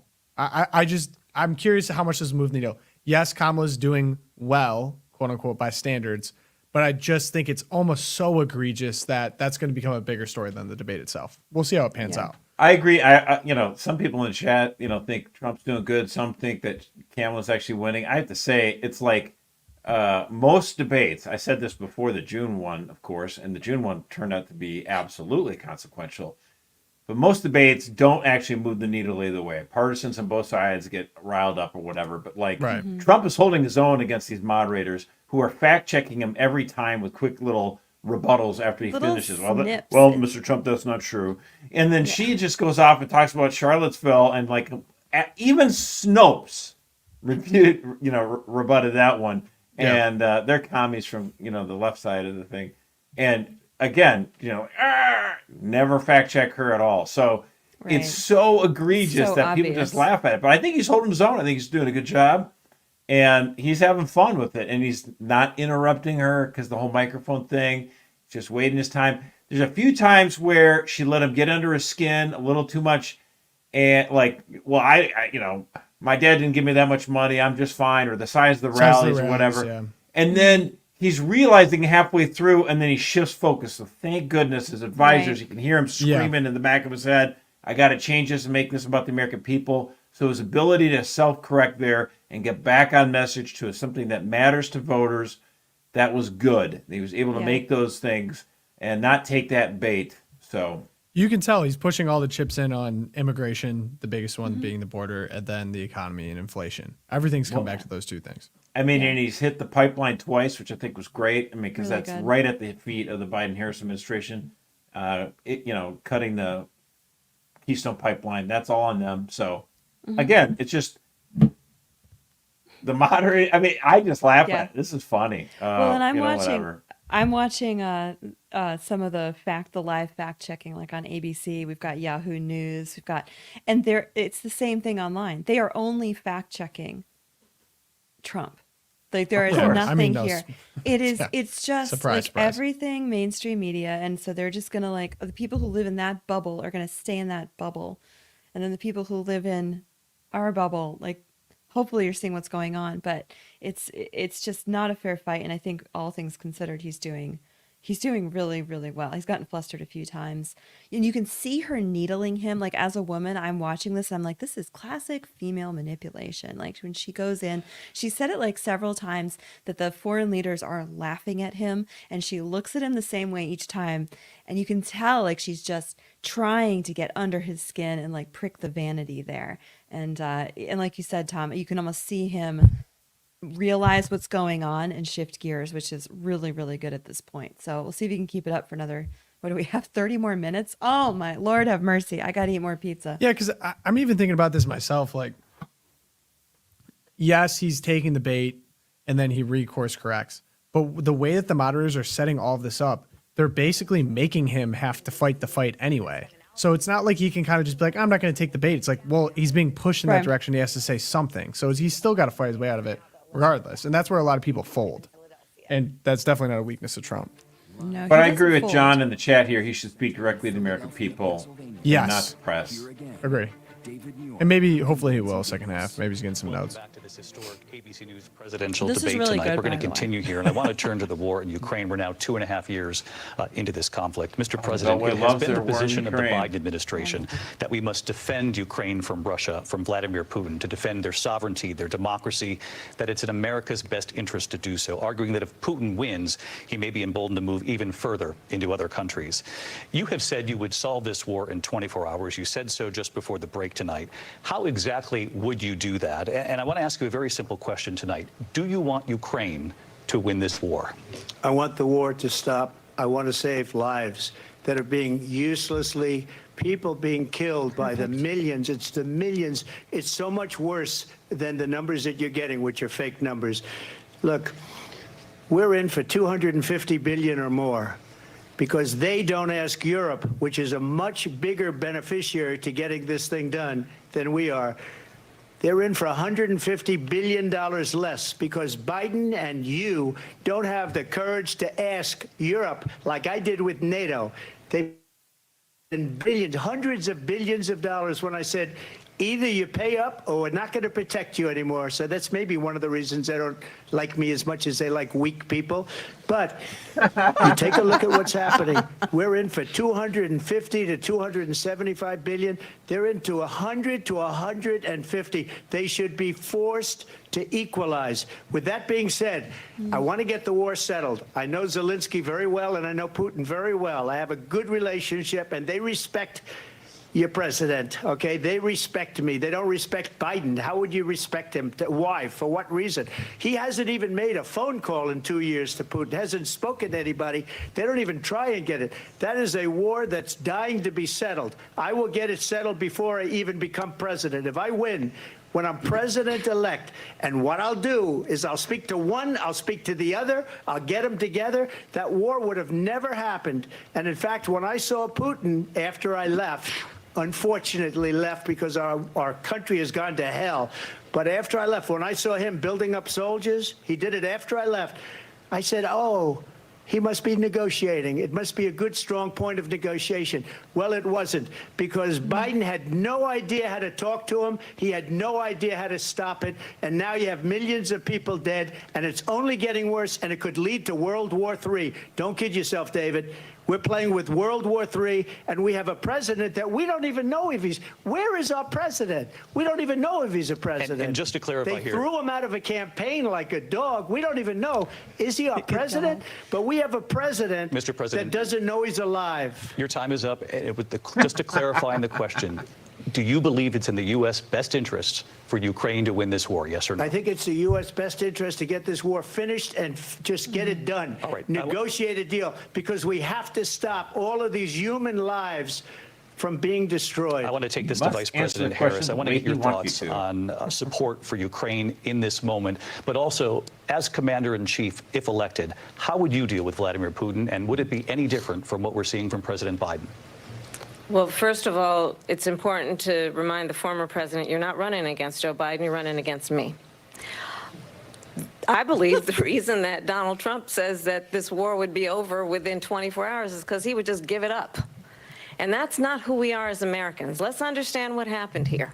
I actually met with Zelensky a few days before Russia invaded, tried through force to change territorial boundaries, to defy one of the most important international rules and norms, which is the importance of sovereignty and territorial integrity. And I met with President Zelensky. I shared with him American intelligence about how he could defend himself. Days later, I went to NATO's eastern flank, to Poland and Romania. And through the work that I and others did, we brought 50 countries together to support Ukraine in its righteous defense. And because of our support, because of the air defense, the ammunition, the artillery, the javelins, the Abrams tanks that we have provided, Ukraine stands as an independent and free country. If Donald Trump were president, Putin would be sitting in Kyiv right now. And understand what that would mean, because Putin's agenda is not just about Ukraine. Understand why the European allies and our NATO allies are so thankful that you are no longer president, and that we understand the importance of the greatest military alliance the world has ever known, which is NATO, and what we have done to preserve the ability of Zelensky and the Ukrainians to fight for their independence. Otherwise, Putin would be sitting in Kyiv with his eyes on the rest of Europe, starting with Poland. And why don't you tell the 800,000 Polish Americans right here in Pennsylvania how quickly you would give up for the sake of favor and what you think is a friendship with what is known to be a dictator who would eat you for lunch. Vice President Harris, thank you. We've heard from both of you on Ukraine tonight. Afghanistan came up in the last hour. I wanted her to respond to something you said earlier, and please, I'll give you a minute here. Putin would be sitting in Moscow, and he wouldn't have lost 300,000 men and women, but he would have been sitting in Moscow. Quiet, please. He would have been sitting in Moscow, much happier than he is right now. But eventually, you know, he's got a thing that other people don't have. He's got nuclear weapons. They don't ever talk about that. He's got nuclear weapons. Nobody ever thinks about that. And eventually, maybe he'll use them, and maybe he hasn't been that threatening. But he does have that, something we don't even like to talk about. Nobody likes to talk about it. But just so you understand, they sent her to negotiate peace before this war started. 3 days later, he went in and he started the war because everything they said was weak and stupid. They said the wrong things. That war should have never started. She was the emissary. They sent her in to negotiate with Zelensky and Putin, and she did. And the war started 3 days later. And that's the kind of talent we have with her. She's worse than Biden. In my opinion, I think he's the worst president in the history of our country. She goes down as the worst vice president in the history of our country. But let me tell you something. She is a horrible negotiator. They sent her in to negotiate. As soon as they left, Putin did the invasion. President Trump, thank you. You did bring up something. You said she went to negotiate with Vladimir Putin. Vice President Harris, have you ever met Vladimir Putin? Can you clarify tonight? Yet again, I said it at the beginning of this debate, you're going to hear a bunch of lies coming from this fellow. And that is another one. When I went to meet with President Zelensky, I've now met with him over 5 times. The reality is it has been about standing as America always should, as a leader upholding international rules and norms, as a leader who shows strength, understanding that the alliances we have around the world are dependent on our ability to look out for our friends and not favor our enemies because you adore strongmen instead of caring about democracy. Trump doesn't adore anybody. And that is very much what is at stake here. The President of the United States is commander-in-chief. And the American people have a right to rely on a president who understands the significance of America's role and responsibility in terms of ensuring that there is stability and ensuring we stand up for our principles and not sell them for the benefit of personal flattery. We've talked about Ukraine and Vladimir Putin. I do want to talk about Afghanistan. It came up in the first hour of this debate.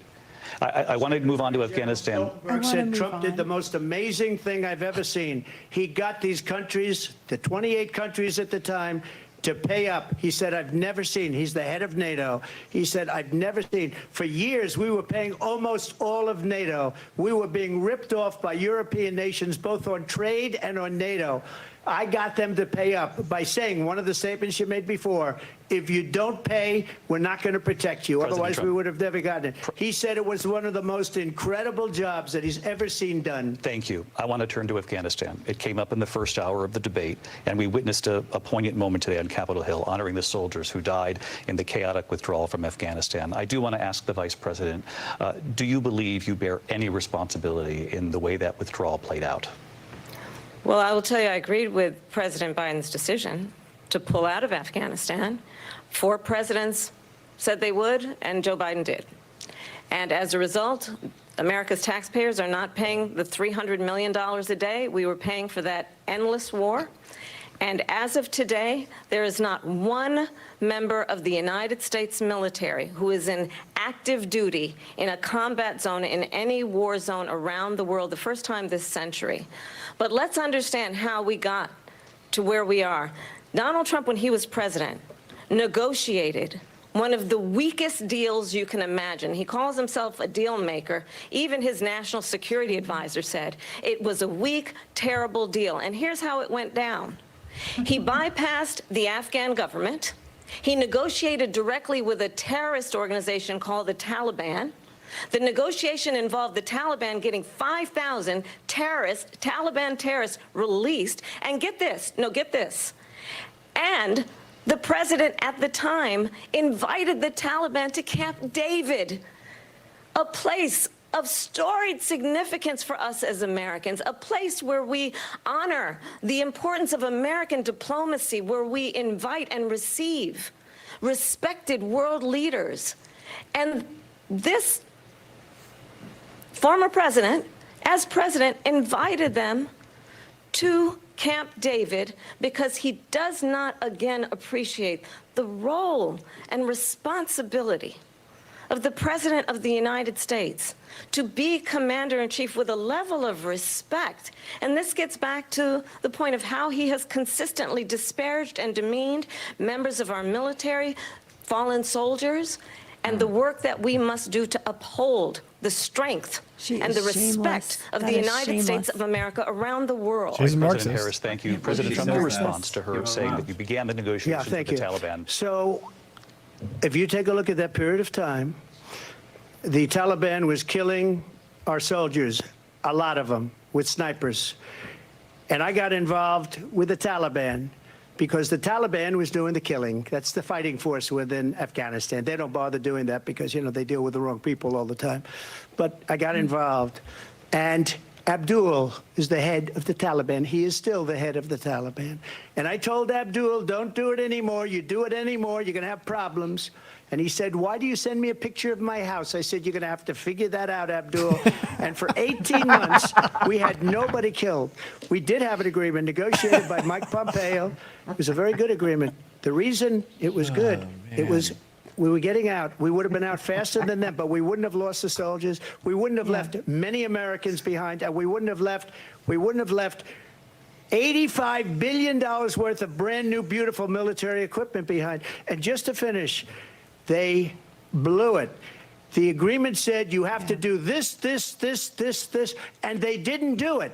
They didn't do it. The agreement was terminated by us because they didn't do what they were supposed to do. I want to move on. And these people this whole did thing the started by worst asking if she had met withdrawal. Putin. And in my opinion, the most embarrassing moment in the history of our country. When's it And gonna by the happen? way, She still hasn't that's answered. why Russia No. attacked She doesn't have to Ukraine answer. because they saw how incompetent she and her boss are. President Trump, thank you. I want to move That was on now to good. race and politics in this Waking country. up again. Oh, Mr. race President, and you recently politics, said of great. Vice President Harris, quote, "I didn't know she was black until a number of years ago when she happened to turn black, and now she wants to be known as black." I want to ask a bigger picture question here tonight. Why do you believe it's appropriate to weigh in on the racial identity of your opponent? I don't, and I don't care. I don't care what she is. I don't care. You make a big deal out of something. I couldn't care less. Whatever she wants to be is okay with me. But those were your words, so I'm I asking. don't know. I don't know. I mean, all I can say is I read where she was not black, that she put out, and I'll say that. And then I read that she was black, and that's okay. Either one was okay with me. That's up to her. That's up to her. Vice President Harris, your thoughts on this? I think it's, I mean, honestly, I think it's a tragedy that we have someone who wants All to right, be I'm getting the president bourbon. who I has just can't take this. consistently, over the course of his career, attempted to use race to divide the American people. You know, I do believe that the vast majority of us know that we have so much more in common than what separates us, and we don't want this kind of approach that is just constantly trying to divide us, and especially by Critical race race. theory. And let's Give me a break. remember Yeah, how Donald Trump started. He was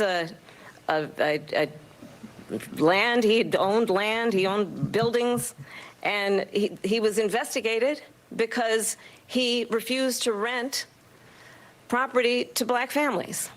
Let's remember, this is the same individual who took out a full-page ad in the New York Times calling for the execution of 5 young black and Latino boys who were innocent, the Central Park 5. Took out a full-page ad calling for their execution. This is the same individual who spread birther lies about the first black president of the United States. And I think the American people want better than that, want better than this, want someone who understands, as I do, I travel our country. We see in each other a friend. We see in each other a neighbor. We don't want a leader who is constantly trying to have Americans point their fingers at each other. I meet with people all the time who tell me, can we please just have discourse about how we're going to invest in the aspirations and the ambitions and the dreams of the American people? Knowing that regardless of people's color or the language their grandmother speaks, we all have the same dreams and aspirations and want a president who invests in those, not in hate and division. Vice President Harris, thank you. Lindsay? President Trump, this is now your 3rd time. This is the most divisive presidency in the history of our country. There's never been anything like it. They're destroying our country, and they come up with things like what she just said. Going back many, many years, when a lot of people, including Mayor Bloomberg, agreed with me on the Central Park 5, they admitted, they said, they pled guilty.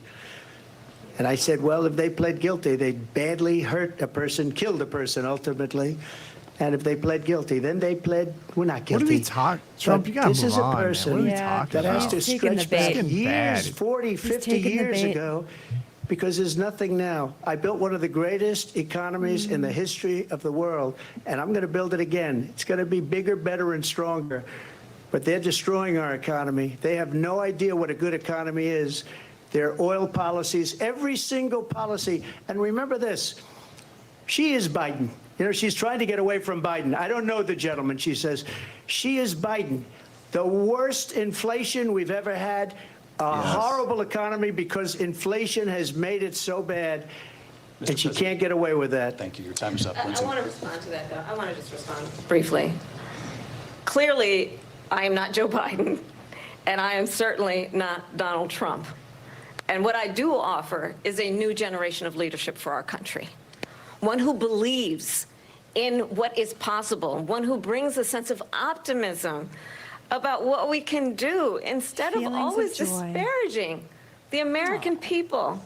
I believe in what we can do to strengthen our small businesses, which is why I have a plan. Let's talk about our plans and let's compare the plans.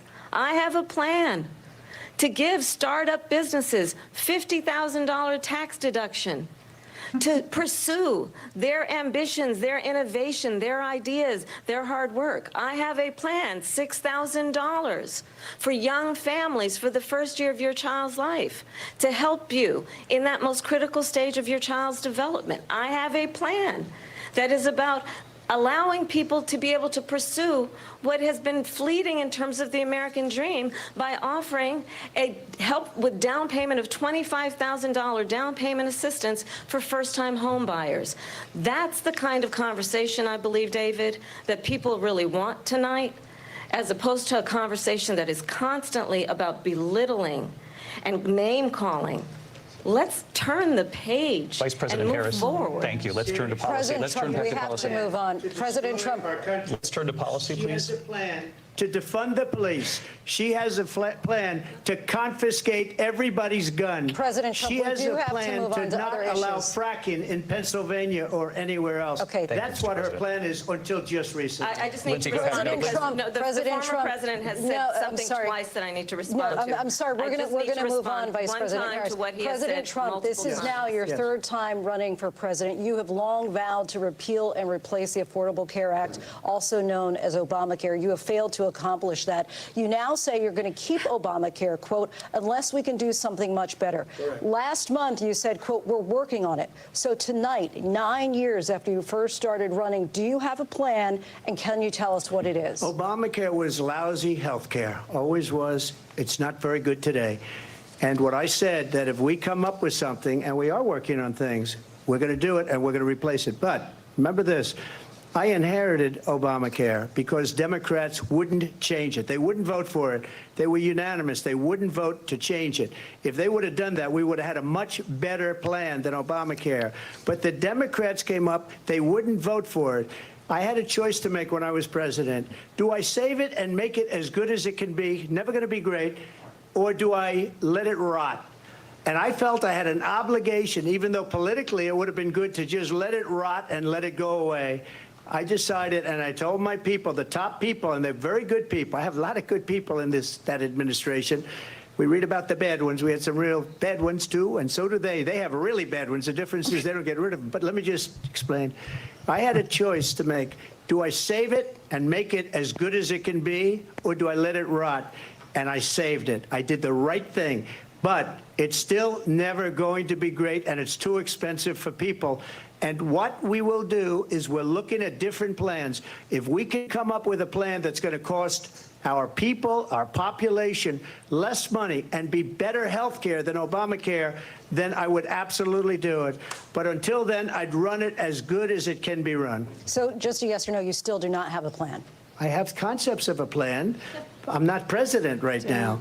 But if we come up with something, I would only change it if we come up with something that's better and less expensive. And there are concepts and options we have to do that. And you'll be hearing about it in the not too distant future. Vice President Harris, in 2017, you supported Bernie Sanders' proposal to do away with private insurance and create a government-run healthcare system.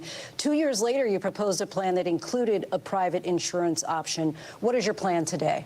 Well, first of all, I absolutely support, and over the last 4 years as vice president, private health care options. But what we need to do is maintain and grow the Affordable Care Act. But I'll get to that, Lindsey. I just need to respond to a previous point that the former president has made. I've made very clear my position on fracking. And then this business about taking everyone's guns away. Tim Walz and I are both gun owners. We're not taking anybody's guns away. So stop with the continuous lying about this stuff. As it relates to the Affordable Care Act, understand, just look at the history to know where people stand. When Donald Trump was president, 60 times he tried to get rid of the Affordable Care Act. 60 times. I was a senator at the time when I will never forget the early morning hours when it was up for a vote in the United States Senate. And the late, great John McCain, who you have disparaged as being, you don't like him, you said at the time, because he got caught. He was an American hero. The late, great John McCain, I will never forget that night, walked onto the Senate floor and said, no, you don't. No, you don't. No, you don't get rid of the Affordable Care Act. You have no plan. And what the Affordable Care Act has done is eliminate the ability of insurance companies to deny people with pre-existing conditions. I don't have to tell the people watching tonight, you remember what that was like? Remember when an insurance company could deny if a child had asthma, if someone was a breast cancer survivor, if a grandparent had diabetes? And thankfully, as I've been vice president and we over the last 4 years have strengthened the Affordable Care Act, we have allowed for the first time Medicare to negotiate drug prices on behalf of you, the American people. Donald Trump said he was going to allow Medicare to negotiate drug prices. He never did. We did. And now we have capped the cost of insulin at $35 a month. Since I've been vice president, we have capped the cost of prescription medication for seniors at $2,000 a year. And when I am president, we will do that for all people, understanding that the value I bring to this is that access to health care should be a right and not just a privilege of those who can afford it. And the plan has to be to strengthen the Affordable Care Act, not get rid of it. Vice President Harris, thank in terms you. of where Donald Trump She stands on praised this. I want to move Cheney, to an issue she that's praised important for a McCain. lot If of you're people. dead, And run number one, office. John That's McCain also fought Obamacare for 10 years. But it wasn't only him. It were all of the Democrats that kept it going. And you know what? We can do much better than Obamacare, much less money. But she won't improve private insurance for people, private medical insurance. That's another thing she doesn't want to give. President People Trump. are paying privately for insurance that have worked hard and made money, and they want to have private. She wants everybody to be on government insurance where you wait 6 months for an operation that you need immediately. President Trump, good. thank you. We have another issue that we'd like to get to that's So important for a number of moderated, Americans. so in POS. particular These moderators younger haven't asked voters, about and that's Biden's climate mental change. ability yet. President Trump, with Yeah. regard to the environment, you say that we He have doesn't to have exist clean anymore, air Tom. and clean Yeah, water. right. Vice President Harris, you call climate change an existential threat. The question to you both tonight is, what would you do to fight climate change? And Vice President Harris, we'll start with you. 1 minute for you each. Well, the former president had said that climate change is a hoax. And what we know is that it is very real. You ask anyone who lives in a state who has experienced these extreme weather occurrences, who now is either being denied home insurance or it's being jacked up. You ask anybody who has been the victim of what that means in terms of losing their home, having nowhere to go. We know that we can actually deal with this issue. The young people of America care deeply about this issue. And I am proud that as vice president over the last 4 years, we have invested $1 trillion in a clean energy economy, while we have also increased domestic gas production to historic levels. We have created over 800,000 new manufacturing jobs while I have been vice president. We have invested in clean energy to the point that we are opening up factories around the world. Donald Trump said he was going to create manufacturing jobs. He lost manufacturing jobs. And I'm also proud to have the endorsement of the United Auto Workers and Sean Fain, who also know that part of building a clean energy economy includes investing in American-made products, American automobiles. It includes growing what we can do around American manufacturing and opening up auto plants, not closing them like happened under Donald Trump. Vice President Harris, thank you. That didn't happen under Donald Trump. Let me just tell you, they lost 10,000 manufacturing jobs this last month. It's going, they're all leaving. They're building big auto plants in Mexico, in many cases owned by China. They're building these massive plants, and they think they're going to sell their cars into the United States because of these people. What they have given to China is unbelievable.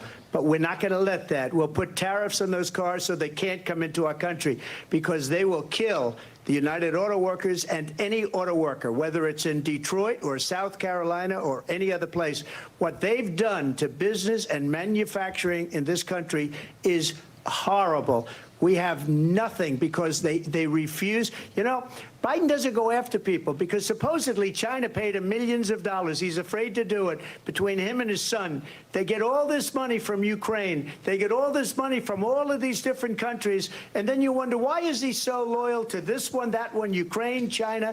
Why is he? Why did he get $3.5 million from the mayor of Moscow's wife? Why did she pay him $3.5 million? This is a crooked administration, and they're selling our country down the tubes. President Trump, thank you. Thank you. We'll be right back with closing statements from both of our candidates. An historic night, this ABC News presidential debate from Philadelphia. Back in a moment. Oh my gosh, those moderators. I just can't listen to him anymore. What's his name? David? David. David Muir, yeah. You're killing me, man. He's gonna go get his check from the DNC on his Okay, way out the door. we got What's we up? got commentary from our fearless leader Brian Birch saying that we drank the Trump Kool-Aid here on the Loopcast. He is not too high on Trump's performance. And Brian likes to stir it up. We got to answer the questions. Even in that last sentence, I don't know. He just seems like effectively she's got under her skin. Maybe she trained with Shane Gillis over the last week or something. She seems very prepared and she knew her attack lines. No question. Yeah. I mean, both candidates put points on the board. No one's made a knockout punch. It's kind of a boring debate. I mean, Yes, that's just ultimately what it is. Yeah. And the questions that are being asked are just like, who cares? I'm almost waiting for Trump, and I think he's almost too riled up and angry at this point, to just step aside from like the dumb climate change, J6, black questions, like relitigating the New York 5 or whatever is like, or Chicago 5. What are we doing? Step aside and just say the obvious things that we all speak to the American people. Like, hey, she lied to you about Biden's mental abilities for 3 years. What else is she lying to you about? Like, there's so many things outside of the frame that he's getting that actually matter and people actually care, and he could easily score on. I mean, body blows he could throw here, and he just hasn't. He's just taking the bait on everything. That's what I'm witnessing. Now, whether or not it moves the needle is a different conversation, of course, but on a pure debate analysis, it just seems like she's taking advantage of the worst parts of him, and she's getting the tag team from the moderators. I think she's probably won at this point. Yeah, he's had a couple of zingers where I think people who just already love Trump are like, oh yeah, that was a good one. That was a good one. But on the whole, the performance, it's been disappointing. He's been able to, the moderators and then him taking the bait on this has established her as somehow like an outsider candidate. Yeah. When if he was disciplined from the start, he could have easily painted at her, well, she's been here for 3 years. Why haven't you done anything? Well, you've been here for 3 years. Why haven't you done anything? Well, there's a chance for him to do that in his closing. True, but it's too late at this point. Like, most people have tuned out. I mean, first of all, I don't think most people were, I think most people tuned out in the first 15, 20 minutes, and only the partisans have kept watching. And so the question is, who's going to be able to have better chance at spreading their message through clips, through social media, in the upcoming next day or two? And if Trump can land with a good closing and a good summation of his whole point, then it'll be just fine. But if he doesn't, then it's just kind of blah. Yeah. Yeah, I mean, I think outside of this individual analysis on a political level, it will be a wash. She performed better than people thought. He gets the benefit of the narrator or the moderators being biased.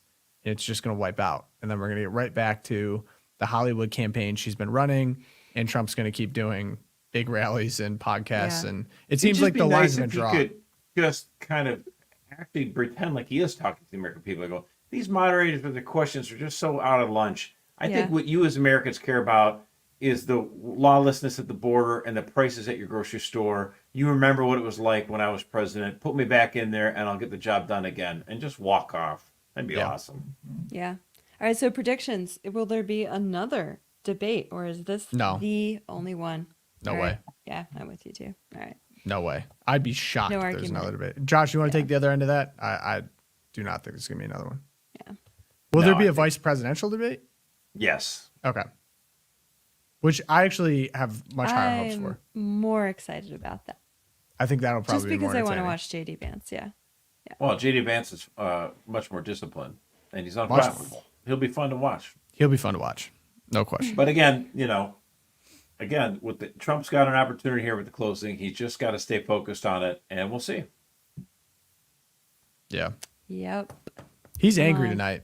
No question. Yeah, he's mad. There hasn't been a lot of light moments with Trump. And Under his I mean, skin. understandably, he's been shot at and been under lawfare for all these years. But still, it would have been nice to see a lighter side of Trump. Today we'll go back to the debate and closing statements. Live from the National Constitution Center in Philadelphia, Pennsylvania. Here again, David Muir and Lindsay Davis. Welcome back tonight. The time has come for closing statements, and Vice President Harris, we begin with you. So I think you've heard tonight two very different visions for our country. One that is focused on the future, and the other that is focused on the past, and an attempt to take us backward. But we're not going back. And I do believe that the American people know we all have so much more in common than what separates us. And we can chart a new way forward. And a vision of that includes having a plan, understanding the aspirations, the dreams, the hopes, the ambition of the American people, which is why I intend to create an opportunity economy, investing in small businesses, in new families, in what we can do around protecting seniors, what we can do that is about giving hardworking folks a break and bringing down the cost of living. I believe in what we can do together that is about sustaining America's standing in the world and ensuring that we have the respect that we so rightly deserve, including respecting our military and ensuring we have the most lethal fighting force in the world. I will be a president that will protect our fundamental rights and freedoms, including the right of a woman to make decisions about her own body and not have her government tell her what to do. I'll tell you, I started my career as a prosecutor. I was a DA, I was an attorney general, a United States senator, and now vice president. I've only had one client, the people. And I'll tell you, as a prosecutor, I never asked a victim or a witness, are you a Republican or a Democrat? The only thing I ever asked them, are you okay? And that's the kind of president we need right now. Someone who cares about you and is not putting themselves first. I intend to be a president for all Americans and focus on what we can do over the next 10 and 20 years to build back up our country by investing right now in you, the American people. Vice President Harris, thank you. President Trump? So she just started by saying she's going to do this, she's going to do that, she's going to do all these wonderful things. Why hasn't she done it? She's been there for 3.5 years. They've had 3.5 years to fix the border. They've had 3.5 years to create jobs and all the things we talked about. Why hasn't she done it? She should leave right now, go down to that beautiful White House, go to the Capitol, get everyone together and do the things you want to do, but you haven't done it, and you won't do it because you believe in things that the American people don't believe in. You believe in things like we're not going to frack. We're not going to take fossil fuel. We're not going to do things that are going to make this country strong, whether you like it or not. Germany tried that, and within 1 year, they were back to building normal energy plants. We're not ready for it. We can't sacrifice our country for the sake of bad vision. But I just ask one simple question. Why didn't she do it? We're a failing nation. We're a nation that's in serious decline. We're being laughed at all over the world. All over the world, they're laughed. I know the leaders very well. They're coming to see me. They call me. We're laughed at all over the world. They don't understand what happened to us as a nation. We're not a leader. We don't have any idea what's going on. We have wars going on in the Middle East. We have wars going on with Russia and Ukraine. We're going to end up in a third world war, and it'll be a war like no other because of nuclear weapons, the power of weaponry. I rebuilt our entire military. She gave a lot of it away to the Taliban. She gave it to Afghanistan. What these people have done to our country, and maybe toughest of all, is allowing millions of people to come into our country. Many of them are criminals, and they're destroying our country. The worst president, the worst vice president in the history of our country. President Trump, thank you. And that is our ABC News presidential debate from here in Philadelphia at the National Constitution Center. I'm Lindsay Davis. And I'm David Muir. Thank you for watching here in the U.S. and all over the world, and from all of us here at ABC News. Good night. Is that it? Gentlemen. All I said, need a good closing. Everything I else don't was know. kind of boring, honestly, except for I thought, a run no, spot run. But his closing started off good. But then he just fed right into her narrative, right? Because she's saying he's all about looking back and looking back. And what was his whole closing? All looking back. We're a failed nation. I really wish. No, I don't think that's bad for him. I mean, the fact is, what's looking back is, yeah, like this is what the last 3.5 years have been. You've completely screwed it up. You know, it's like, again, like it was best said by J.D. Vance. The whole point of the Kamala Harris campaign is to try to convince you, ignore how great the economy was under Trump. Ignore how great it was not having all these wars going all over the place. Ignore how bad, inflation and immigration was finally taken care of under Trump. Just ignore all of that. And it's like, no, wait, what? I mean, and so that, this idea, don't look backwards. I mean, that's a great thing. We have, we can compare the Biden-Harris administration, the 4 years of disaster that's been on inflation and immigration, or we compare what it was like under Trump. Like, it's not like it was 100 years ago. It was like relatively recent. All right, remember. Josh, not to be the moderator of this podcast here, but I'm going to fact check. No, I'm not going to fact check you. Actually, it's beyond my bedtime. Thank you guys so much for joining. I think at our peak, we had like 1,200 people in here. So awesome. Some of you, maybe your first introduction to the LOOPcast. Again, we do this Monday, Wednesday, Friday, 11 a.m. Eastern time live. You can join us on the podcast afterwards. But best thing you can do, subscribe to come hang out with us at those times. Leave a like in this episode. We're going to give you more of a breakdown tomorrow on some of the fallout and other. We have a lot of fun on the Loopcast. We cover a lot of different topics other than just our political. It's a great time. Highly recommend you guys come join. But I've seen a lot of these in the chat. And first off, thank you again for everyone who joined. But the best thing you can do is pray. I mean, we currently are doing a novena leading up to the election. Truly, like if you leave this and you feel a little bit in distress, we know how it ends. And please pray for the country. Pray for us at Catholic Vote. We are praying along with you. If you want to join those novenas, those happen on the Catholic Vote channel. But we're going to end in a prayer. St. Thomas More, St. Fidelis, Our Lady of Guadalupe. Pray for us. And we will be live 11 a.m. tomorrow. Have a fun show for you. We will see you guys then. Get a good night's sleep. We will see you then. Peace. That's 11 Eastern, folks.